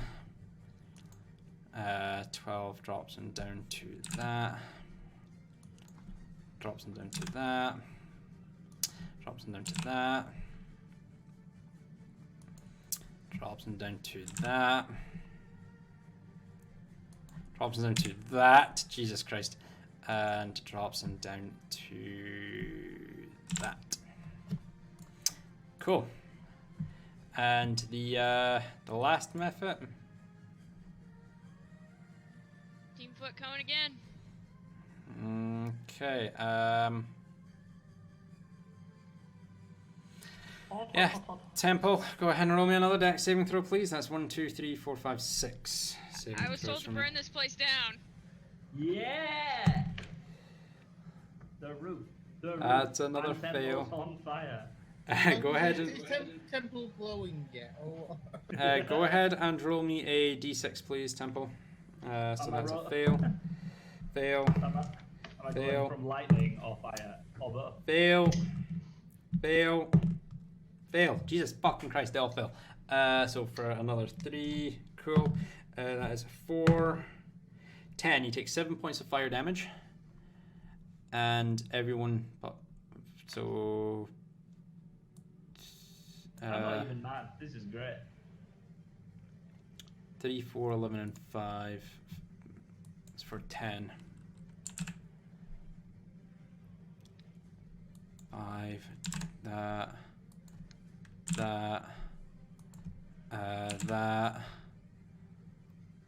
Dead.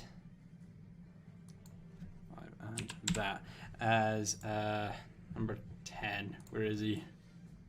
It's this guy here. Come on, roll 20, catch up. Jesus Christ, the amount of tokens on screen is just causing it to lag like fuck.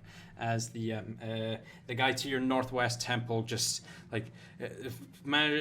gets burnt very badly on the back, his clothes just igniting and kind of melting to his skin before he turns around and catches a gout of flames to the face. You watch as his skin just immediately bubbles up and like his eyes kind of dissolve in the eye sockets before he's just and then collapses into a heap on a floor, just a smouldering, molten, skinned mass. I'm gonna cover up Diane's pot in a. Talar's nowhere near you, so unfortunately can't do that. Oh no, I mean on my camera, but on my screen, Diane's right next. Cool, so you're just gonna. Diane, Let me see if I can move these around. Diane, Okay. make it look like her hands coming out from. Anyway, And then you've I got your myself- action and your action, bonus action, and movement. This is why I fucking hate summons. I have a question for the DM. Is anything You cut out. Is anything what? You cut out. is anything else on fire? I assume most of the inn's on fire at this point. The floor's kind of catching fire, but because it's a worked floor, it's kind of resisting. It's kind of got like a retardant work to it, so I can it's kind of clarify- smoldering, but it's not like engulfing the place in flames. Is the roof on fire? Oh, jeez. The roof is not on fire. No. No. Is the table in the corner still burning? That table in the corner is still burning. Yes. Excellent. Okay, And that's- actually, the flames are now starting to kind of get a bit bigger. Remember there was that bottle of whiskey that broke on one of That's the not ignited yet. Not yet. It broke over here, so it's not ignited yet. Okay, what are you doing, Carolina? All right, I'm gonna level 2 magic missile. I still have 1 second level spell slot left. Yeah, I'm just needing to see how many bolts it is for magic missile. 4. 3. Yeah, no, it's 3. It Oh, takes- no, yeah, no, additional darts, yeah, it's 4, so yeah. So go ahead and roll 1d4 plus 1. Okay, I'll ping you who I'm hitting here. Mm-hmm. After all that damage, you think the action would have been taken up? Just the summons. Yeah, that was the summons. I know, it's great. So 2 points of damage to each because they all hit simultaneously.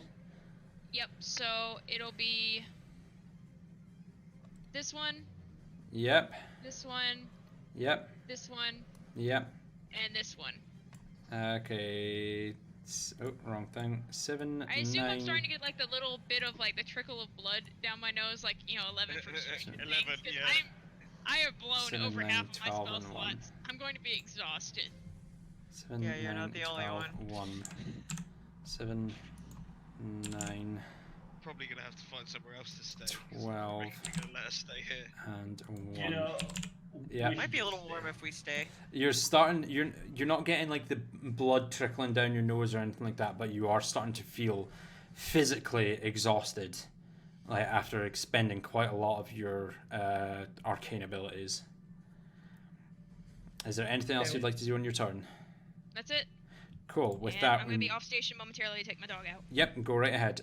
Talar, it's your turn in initiative. Oh god. Oh. Next turn's going to be just as fucking bad. Go Bears! Not if Talar finishes it in a go. I It's- wish I No could. pressure. I don't have abilities. to It do would be. that. It might be physically possible. Who knows? had a big battle last week and then another one this week. And, we Yeah, have a rest. in a row, and you've not had a rest in between. So this is kind of. Yeah, that's a problem. I don't That's have the any problem. high-powered spells left. Yeah, We'll exactly. just have Coralina cast lightning bolt. I mean, what? Well, Coralina can cast lightning bolt while you spin the table. Well, in No. I don't think Coralina even has a spell slot left for Lightning Bolt at the moment. I'm sorry, that was hilarious. Okay, well, fuck, I don't have much left I can do at this point. My Phoenix. Oh, wait a minute. Can I do... No, I can't do that because that was that. If you can't think of a way to damage the enemies, make the fire bigger. You know, I wonder. Actually, you're giving me an idea. Really? Yes. Oh, Let me no. see if I can actually do it. I don't know if I can.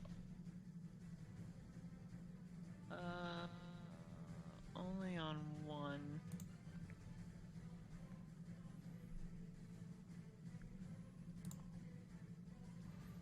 I will say, looking at, like, as you look over them, quite a few of them are actually, like, some of them are looking okay. They haven't taken that much damage. Some of them are actually looking, about half of them are looking kind of fucked up. Half of them look okay.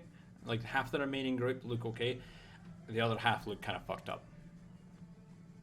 Yeah, problem is I don't know which ones. Not at a quick glance, no.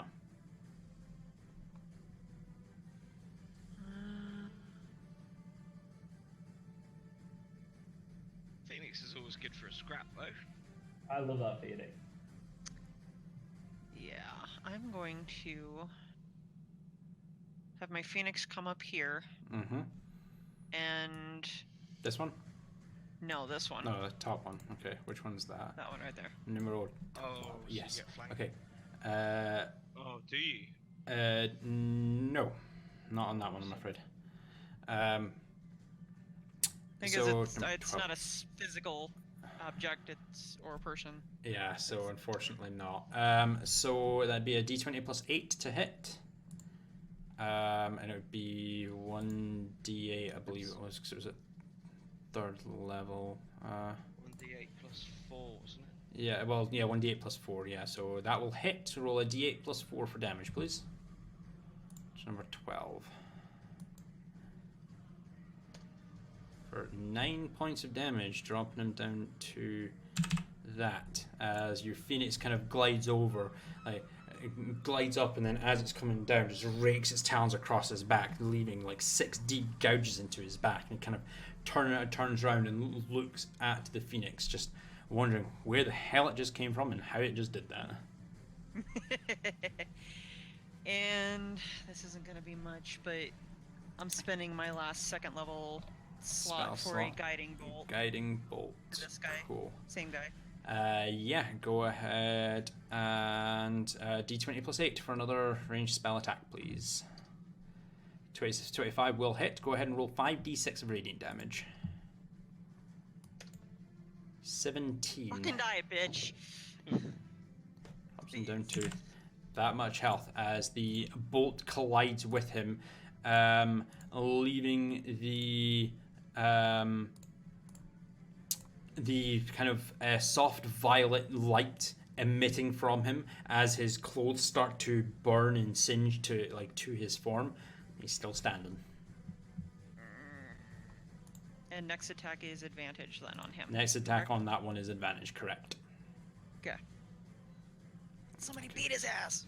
Is that your turn over? I have movement still, don't I? Yeah, if you'd like to use it.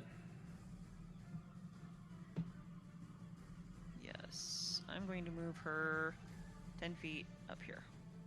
All right, cool. She's kind of crouched down behind one of the chairs, and she's looking fairly exhausted as well. Cool. That moves on to Neftari's turn in initiative, and we have 4 fucking bears to deal with. Do something. Let's start with that. The bear's got advantage on the guy with the purple blob, yeah? But just to large. Yes, the brown bear, this one here, will have advantage on the guy with the purple blob. That's correct. I'd like it to bite him there. Okay, cool. That's a...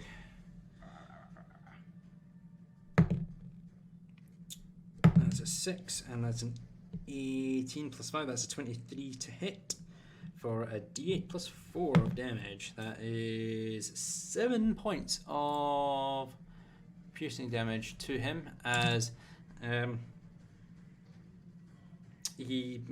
it manages to bite out with its like with its maw, and it just clamps its teeth around his arm, dealing a fair whack of damage. And then kind of like as it lets go, it kind of rears up on its hind legs and brings its claws down onto it. That's an 18 to hit. That'll just hit as well for 2d6 plus 4 with its claws. It's 5, 11 plus 4 is 15. As your bear kind of like comes down and rakes its like claws down his face and actually tears his face, the skin of his face off of his skull. He just kind of cries out in pain as he drops to the floor, kind of grasps at the mass of skin that was once his face as he collapses onto the ground and perishes. Wow. Next bear's turn. Next bear's turn. The one below Temple is alive, and the one to the bottom right of Temple, is that still alive? So this guy's alive, this guy's alive, this guy's alive, this guy's alive, this guy's alive, this guy's alive, this guy's alive, and this guy's alive. Yeah. There's still quite a few alive. Next bear, the one to the right of Temple. I would This one? like that to. Yep. Like that to attack the guy below it.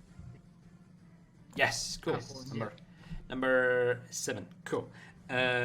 So first attack with his bite. That's a natural 19, so that will hit for 1d8 plus 4. That's max damage, so 12 to him. That drops him down to that. And then a natural 20 for its claw attack. Yay. So that's 4d6. That is 3, 5, 6, 12 plus 4, 16 points of damage, dropping him down to that as he manages to, as the bear kind of hunches up onto its hind legs and clamps its teeth down on his shoulder and then digs its claws deep into his back, tearing down. This guy is bleeding profusely and is barely able to stand on his two legs, trying to kind of like just shoves this bear off of him with the last vestments of strength he has, and is just standing there panting, bleeding profusely. Next bear. Bear rushes in from the left.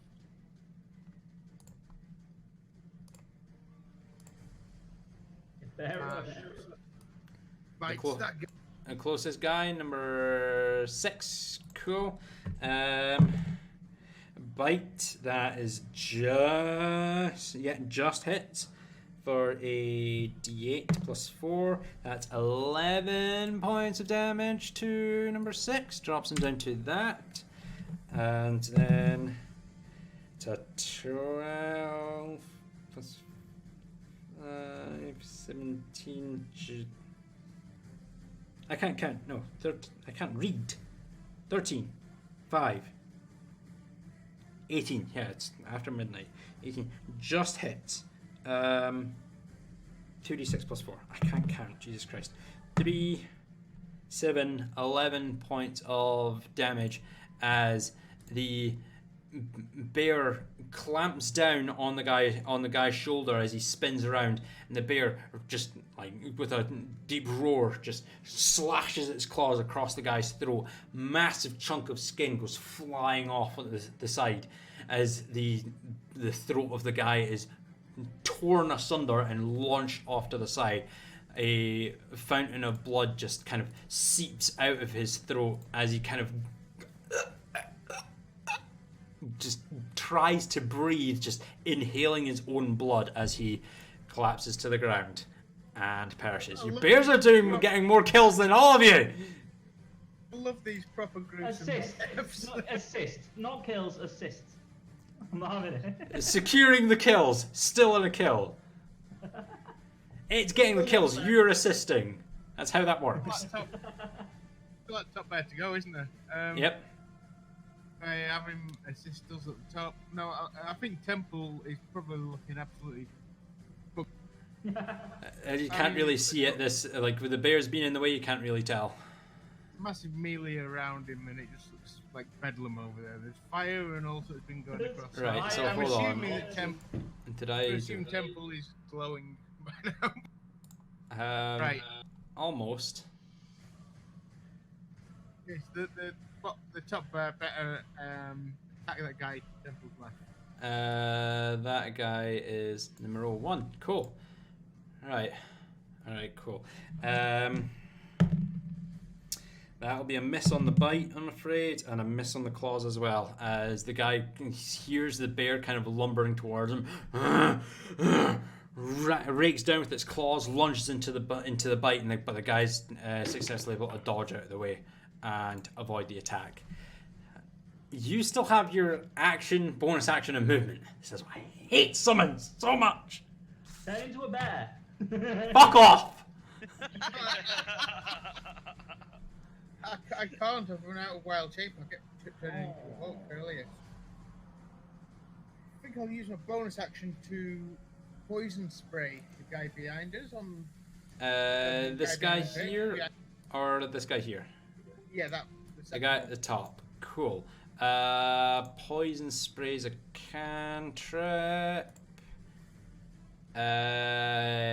Constitution saving throw or D12, and that will be 3. Roll me 3d12 of poison damage, please, as he fails his con save. 24 points of damage to, that was number 4, right? 24. Very top one. Yep. As like as he turns to you, you let loose this spray of poisonous gas and just drops to the ground and just brings up a ton of vomit and bile, emptying his stomach contents onto the ground. Just drops to the ground, is dropping into the puddle of his own vomit and stops moving. Still hungry, Deftari? Not for that one.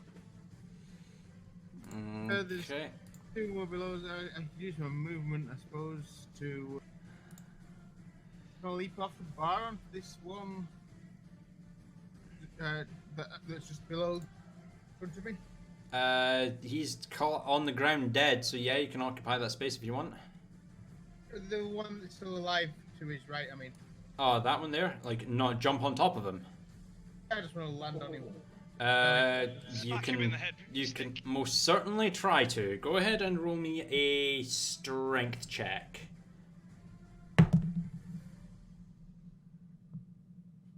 A 9. You jump down,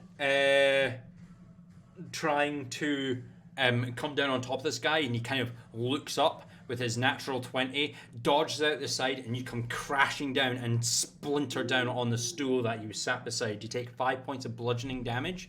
As he sidesteps, you are down there on the ground, and you are now knocked prone.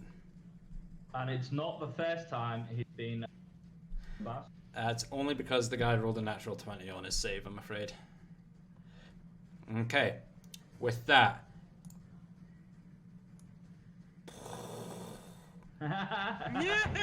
Yeah.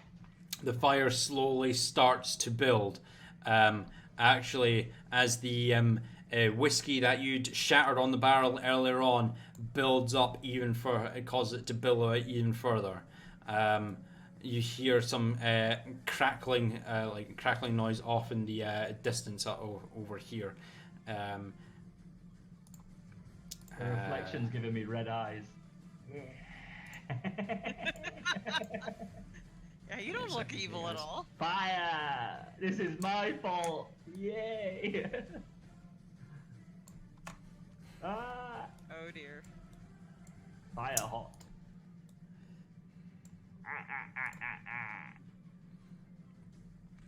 Okay, so top of the round, Victorlas. It's your turn in initiative. We're almost done here, guys. So we will finish off this combat, and then that will be it, because it's 25 past 12. So you need to get this wrapped up ASAP. Okay, I'm going to move my Hunter's Mark as a bonus action onto this guy. Sorry, that's my.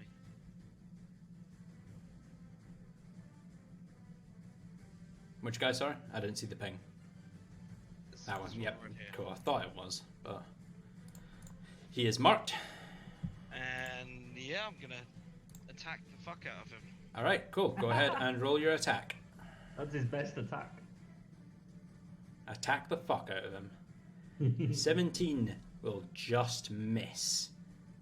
As you swing down against him, and he ducks down behind the bar. Your blade kind of like takes a chip out of the bar as you stood atop it. You've got your next attack. 22 will hit for 9 points of damage. Dropping it down to that, and go ahead and roll your d6 and your d8. If you roll really... Okay, cool. And then also, my next attack, based on my absorb elements, will allow me to roll 2d8 of additional damage. Yeah, go ahead and roll it. 10 points of damage. As he dodges the first attack, he kind of glances, like puts his hand on the bar and looks up to you, and you just see a sudden look of fear on his face. Can my short sword be on fire at this point? Yeah, as you bring it down, the amount of blood that's on it and the flames that are billowing from the side ignites your blade, and you just... There's a sickening thud as the short sword just embeds deep into his skull. It just, not splitting it, but it embeds about 7 or 8 inches into his skull, and you just go... You take a tug that doesn't budge, and then violently rip it out of his skull, brain matter coming squelching out from the front, like the front of his face, as his eyes roll into the back of his head, and he just drops down. His head, blood, and brain matter just seeping out of the wound onto the bar before you. That's elemental damage, bitch. Didn't even need the elemental damage You're to welcome. kill him. I know, but I wanted it. I wanted my sword to be Right. on fire. Anything Welcome else to you'd like to do on your turn? Yeah, I'd like to run along the bar and drop down just behind that guy. Naruto run. Naruto run. Yeah, no, I'll let you get away with that, no problem. With that, we move on to Temple. It's your turn in initiative. Yay! Do I have anything? You've got this guy here, you've got this guy here, you've got this guy here, and you can move to here and attack that guy down there. Cool. I'm going to use the magic power of Sensible, and I'm going to use my bonus action to switch to my sword and shield for the extra free AC. Okay. Woohoo! I think I need to update, don't I? As long as you've already got them equipped, you should be fine. Like a rule of thumb, just keep all of your weapons equipped. That way you don't have to do that. Fuck about that. So just so long as you state, I'm going to use my bonus action to equip this weapon instead of this one. Then, okay. you know, It's just to remember what my AC is. Taking my shield off. Taking your shield off, you can just do that. Or you can do that by yourself anyway. You can just check it and uncheck it, and I'll update it automatically on your character sheet. Just so long as you let me, you're keeping an eye on that. I don't need to know what your AC is at all times. Okay. So if I ask you, does this hit? You can just say, no, my AC is now this because I've got my shield back on. So just keep all of your weapons equipped at one time. That way, if you do decide to swap between weapons, you can still have the attack without having to update. It makes it easier.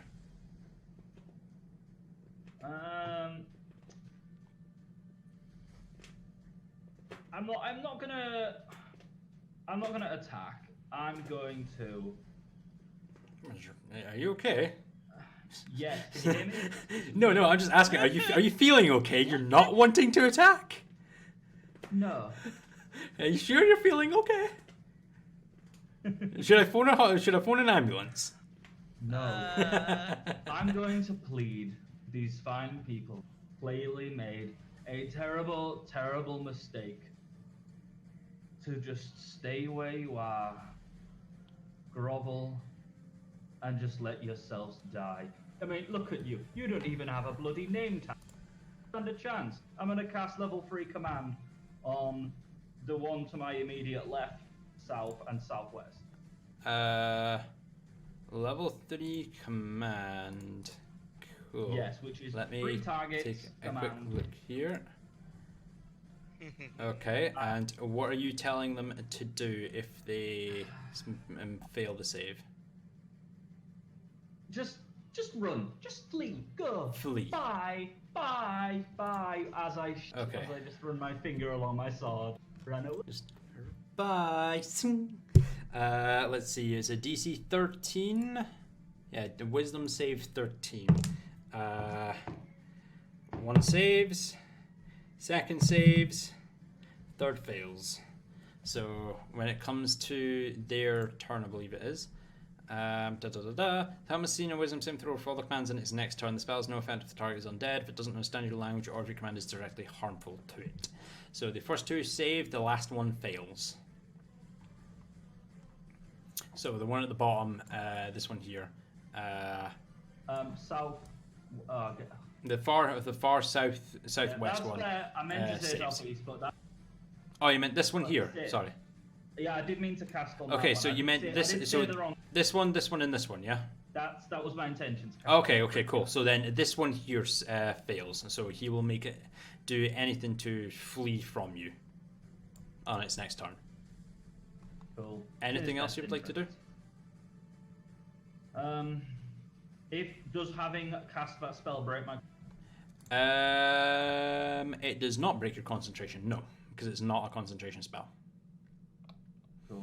Although I've not been having you roll concentration checks for your Shield of Faith, because I always forget to do that. Okay. Oh well, shit happens. Oh well. We're all having a good time. As soon as I have a spare bonus action, then I will cast first level. Nope, never mind. Branding Smite starts at level. Yeah, That'll unfortunately not. That'll Cool. do, Right. Thank you. And moves on to the member's turn. So just to get him out of the way to begin with, 5, you get an attack of opportunity against them if you want. Yeah, absolutely. Hold on a second.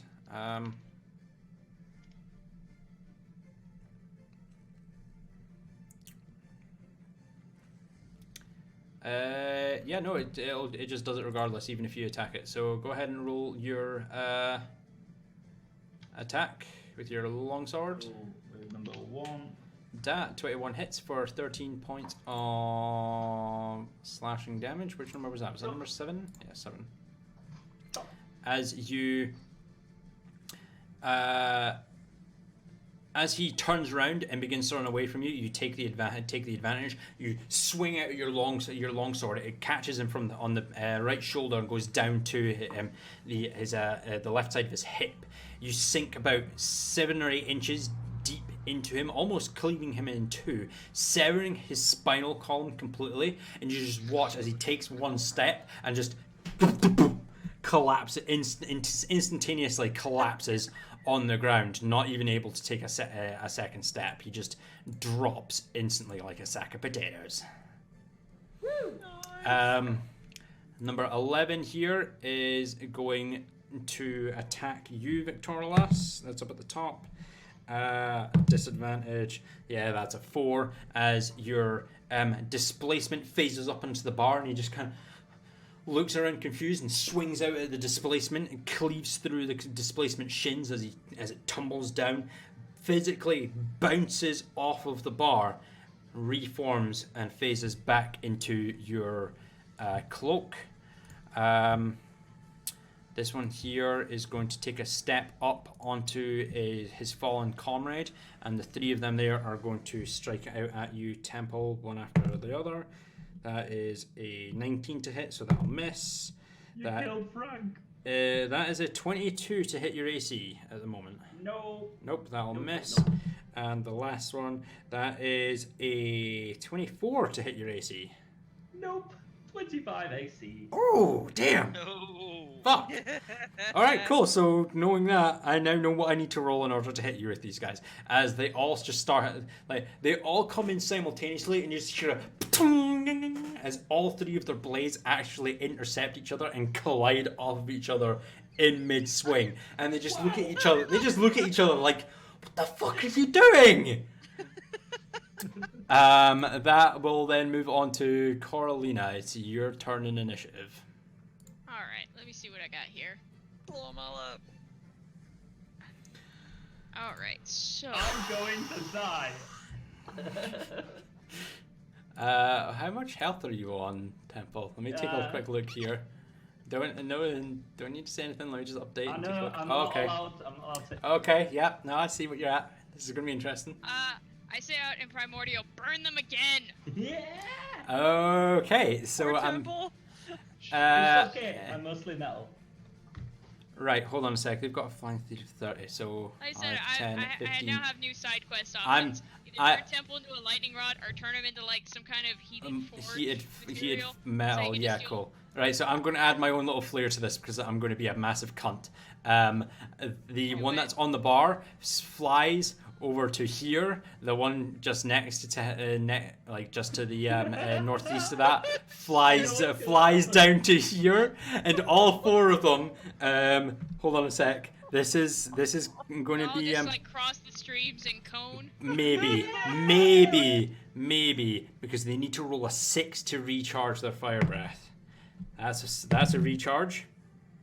That's a recharge. Yeah, that's a dramatic cliffhanger. That's a recharge. That's 3 6s in a row. That's not a recharge, unfortunately. So 3 of them recharge.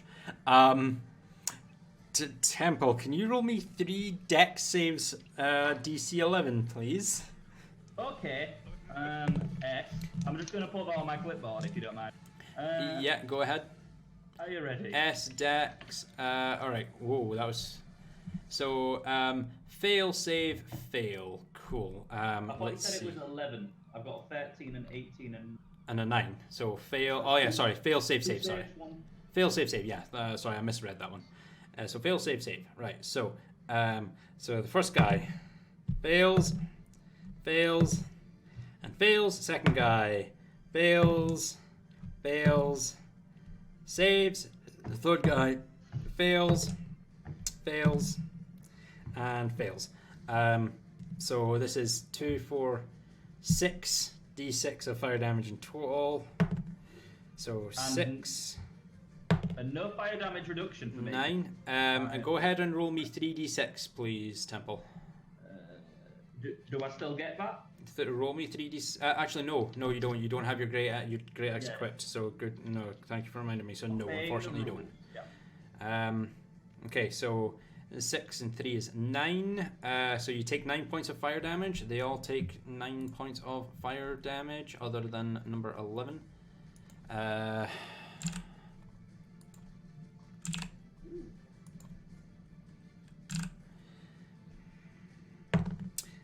6, 7 points of fire damage. You saved this, so that is 3 points of fire damage to you, Temple. 7 drops in there. That he saved for 3, taking that, and then 7 drops him down to that, and then 12 points of fire damage. You saved that, so that will be 6 points of fire damage to you. That drops him down to that. Drops him down to that. Drops him down to that. As the as 3 of them effort, and I will point out to which ones they are. This one here, this one here, and this one here, all recharge and breathe fire out on you and the 3 guys that are still standing there around you. This one here is just going to attack him with its claws. That's a hit for 1d4 of slashing damage. That's 4 slashing damage. And 4 and 3, that's 7 points of damage in total to this one here, who is number... If my Roll20 wants to work. Oh god, it's just lagging so much. Oh wait, that's because I'm on the wrong fucking thing. What a twat. And That's then the little number fire 1. gremlin pulls his eyes out. Number 1 drops it down to that much. It drops him down to that much health, as it kind of like goes and like lunges up to him and like digs its claws in and just a small like eruption of flame kind of billows out from his claws as he just like as the claws seep into his pectorals, and then flames gout out for a moment before it like lets go and latches back. You still have your action, bonus action, and movement, please, Carolina. Holy shit. All right, so I'm gonna take aim at this one right here. Yep. With a ray of frost, and I'm gonna use the thing that you gave me when I first started making this character. Yeah. Okay. So my Surge of ray of Wind? frost. Yep, your surge of wind. Remember. So a frigid beam of blue-white light streaks towards a creature within range. Make a ranged spell attack against the target. So this will be for 3d8 of cold damage. You all watch as Coralina builds up this cold damage in her hand and actually launches it down to the southwest. Actually launches it down here before she kind of like brings up her hands and bends it around and then comes back around, striking this guy in the back. An 18 will hit to roll 3d8 of cold damage. Oh, my bad. Don't worry, it doesn't target friendlies. I arc around your bear. It arcs okay. around your bears. For what number is that? That's number 9. Ouch. Drops him down to that much health as it strikes him in the back, and the cold energy just coalesces and freezes a large chunk of his back. He just like kind of. He won't have that ice for too long. He just like bends forward, and you just hear just the ice just kind of cracks down on his back, and he just kind of sways on his feet like barely able to stay standing. And that'll be all my stuff. Cool. For the other players and for people watching at home, the homebrew feat for Coralina is Surge of Wind. As she is an Air Genasi, in game you guys don't know that, but as she's an Air Genasi, I've given her basically a wanted style effect, because she's basically grown up around like essentially as an air elemental. She has some innate ability to manipulate the air as she sees fit. For it's once per short rest, was it I set up, or was it long rest? It's or see. twice. You said twice per long rest. Twice per long rest, yeah. So twice per long rest, she can basically bend a spell around a corner, like over cover, and just send it off in a random direction, and have it then direct it down on an unsuspecting enemy, which basically grants her advantage on the attack with a ranged spell attack twice per long rest. Cool. That moves on to Nethtari's turn in initiative. Badass. Mine? Sorry. Yes. Sorry, I misread that. Talar is your turn in initiative. My apologies. Alright. I misread that. I had It's a 1:45 in the morning. Leave me alone. I don't remember how this works, but if I were to have her move to here, like basically step on his body, I guess, does that invite a attack of opportunity from? No. This way? No? The attacks of opportunity only apply when you're moving out of melee range. If you move into melee range, that's absolutely fine. But if you leave someone's melee range, then it provokes an attack of opportunity. Because if you were to do that, if you're outside of melee range, as a melee character and moved into range, that it would defeat the purpose. Because you're moving in to attack this guy. They'd get a free attack on you. It doesn't make sense. So it's only if you actively leave someone's melee range that they'll get an attack of opportunity against you. So you could move there if you so please. Okay. Well, first, I'm having my Phoenix move here. And attack this guy. It is attacking this dude. That guy. Go ahead and roll a d20 plus 8 for the attack on number 9. That will hit. Roll a d8 plus 4 for the damage.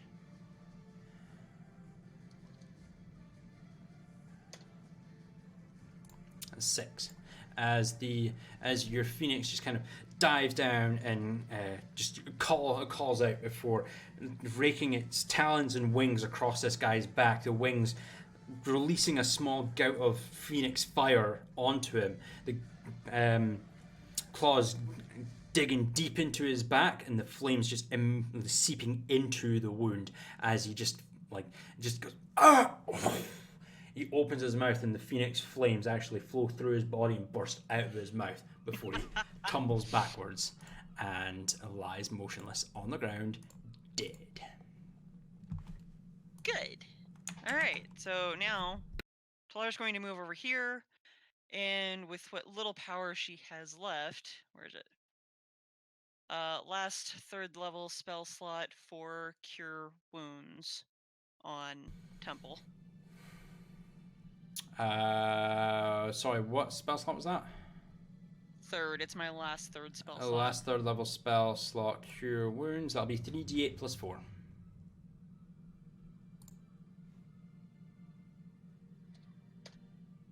You heal 18 points of HP, Temple, as Talar cures your wounds. And with that, move on to Netari's turn in initiative. Hopefully the last turn in initiative. Fingers fucking crossed. Yep, bottom bar to attack first. The one remaining... Bottom guy? Are there Cool. 2? No, because the only remaining guys that are standing is this guy here and this guy here down here. This guy just died. So it's just these two, Okay. and then this guy up here. Yeah. Sorry, he made it sound like there was only one guy standing down here. So, No. sorry. Yeah, like the one remaining bottom guy. Yeah, this guy's Bottom just... guy. Yeah, That's this what guy. we call him. This guy's in the All bottom. his mates call him that as well. Right, so that is a 19 to hit on the bite for a d8 plus 4, 7 plus 4, that's 11 points of damage to number 5. Dropping him down to that as the bear manages to latch on with its teeth and then just hits with the bite attack for 2d6 plus 4. 3, 8 plus 4 is 12 as the bear latches onto the guy's just at the guy's neck, digs its claws into the guy's side, and then actually actively rips out 2 large chunks of flesh from his abdomen. His innards kind of spill out from the 2 sides, and he just kind of drops his sword, grabs his innards, and tries to shove them back into his body before he drops to his knees, and then slowly drops forward and remains motionless. Is that both attacks off that bear? Or... That was both attacks from the bear to finish him off. Okay, left hand bear attacks the one. Takes a step forward and then attacks that one, yeah. Yep. Get out of my way, flamey rat things. Alright, cool. I'm surrounded That's on all a sides by miss. flaming rat things, bears, and corpses. Miss with the bite, hit with the claws. So what you're saying, For it's Tuesday for you. 8, 9, 10, 11, 12 points of damage to number 1.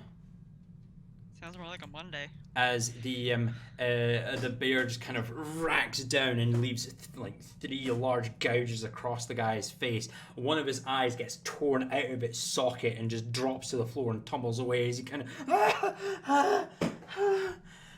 just gasps, gasps and tries to cling on to consciousness before he finally slips away and perishes.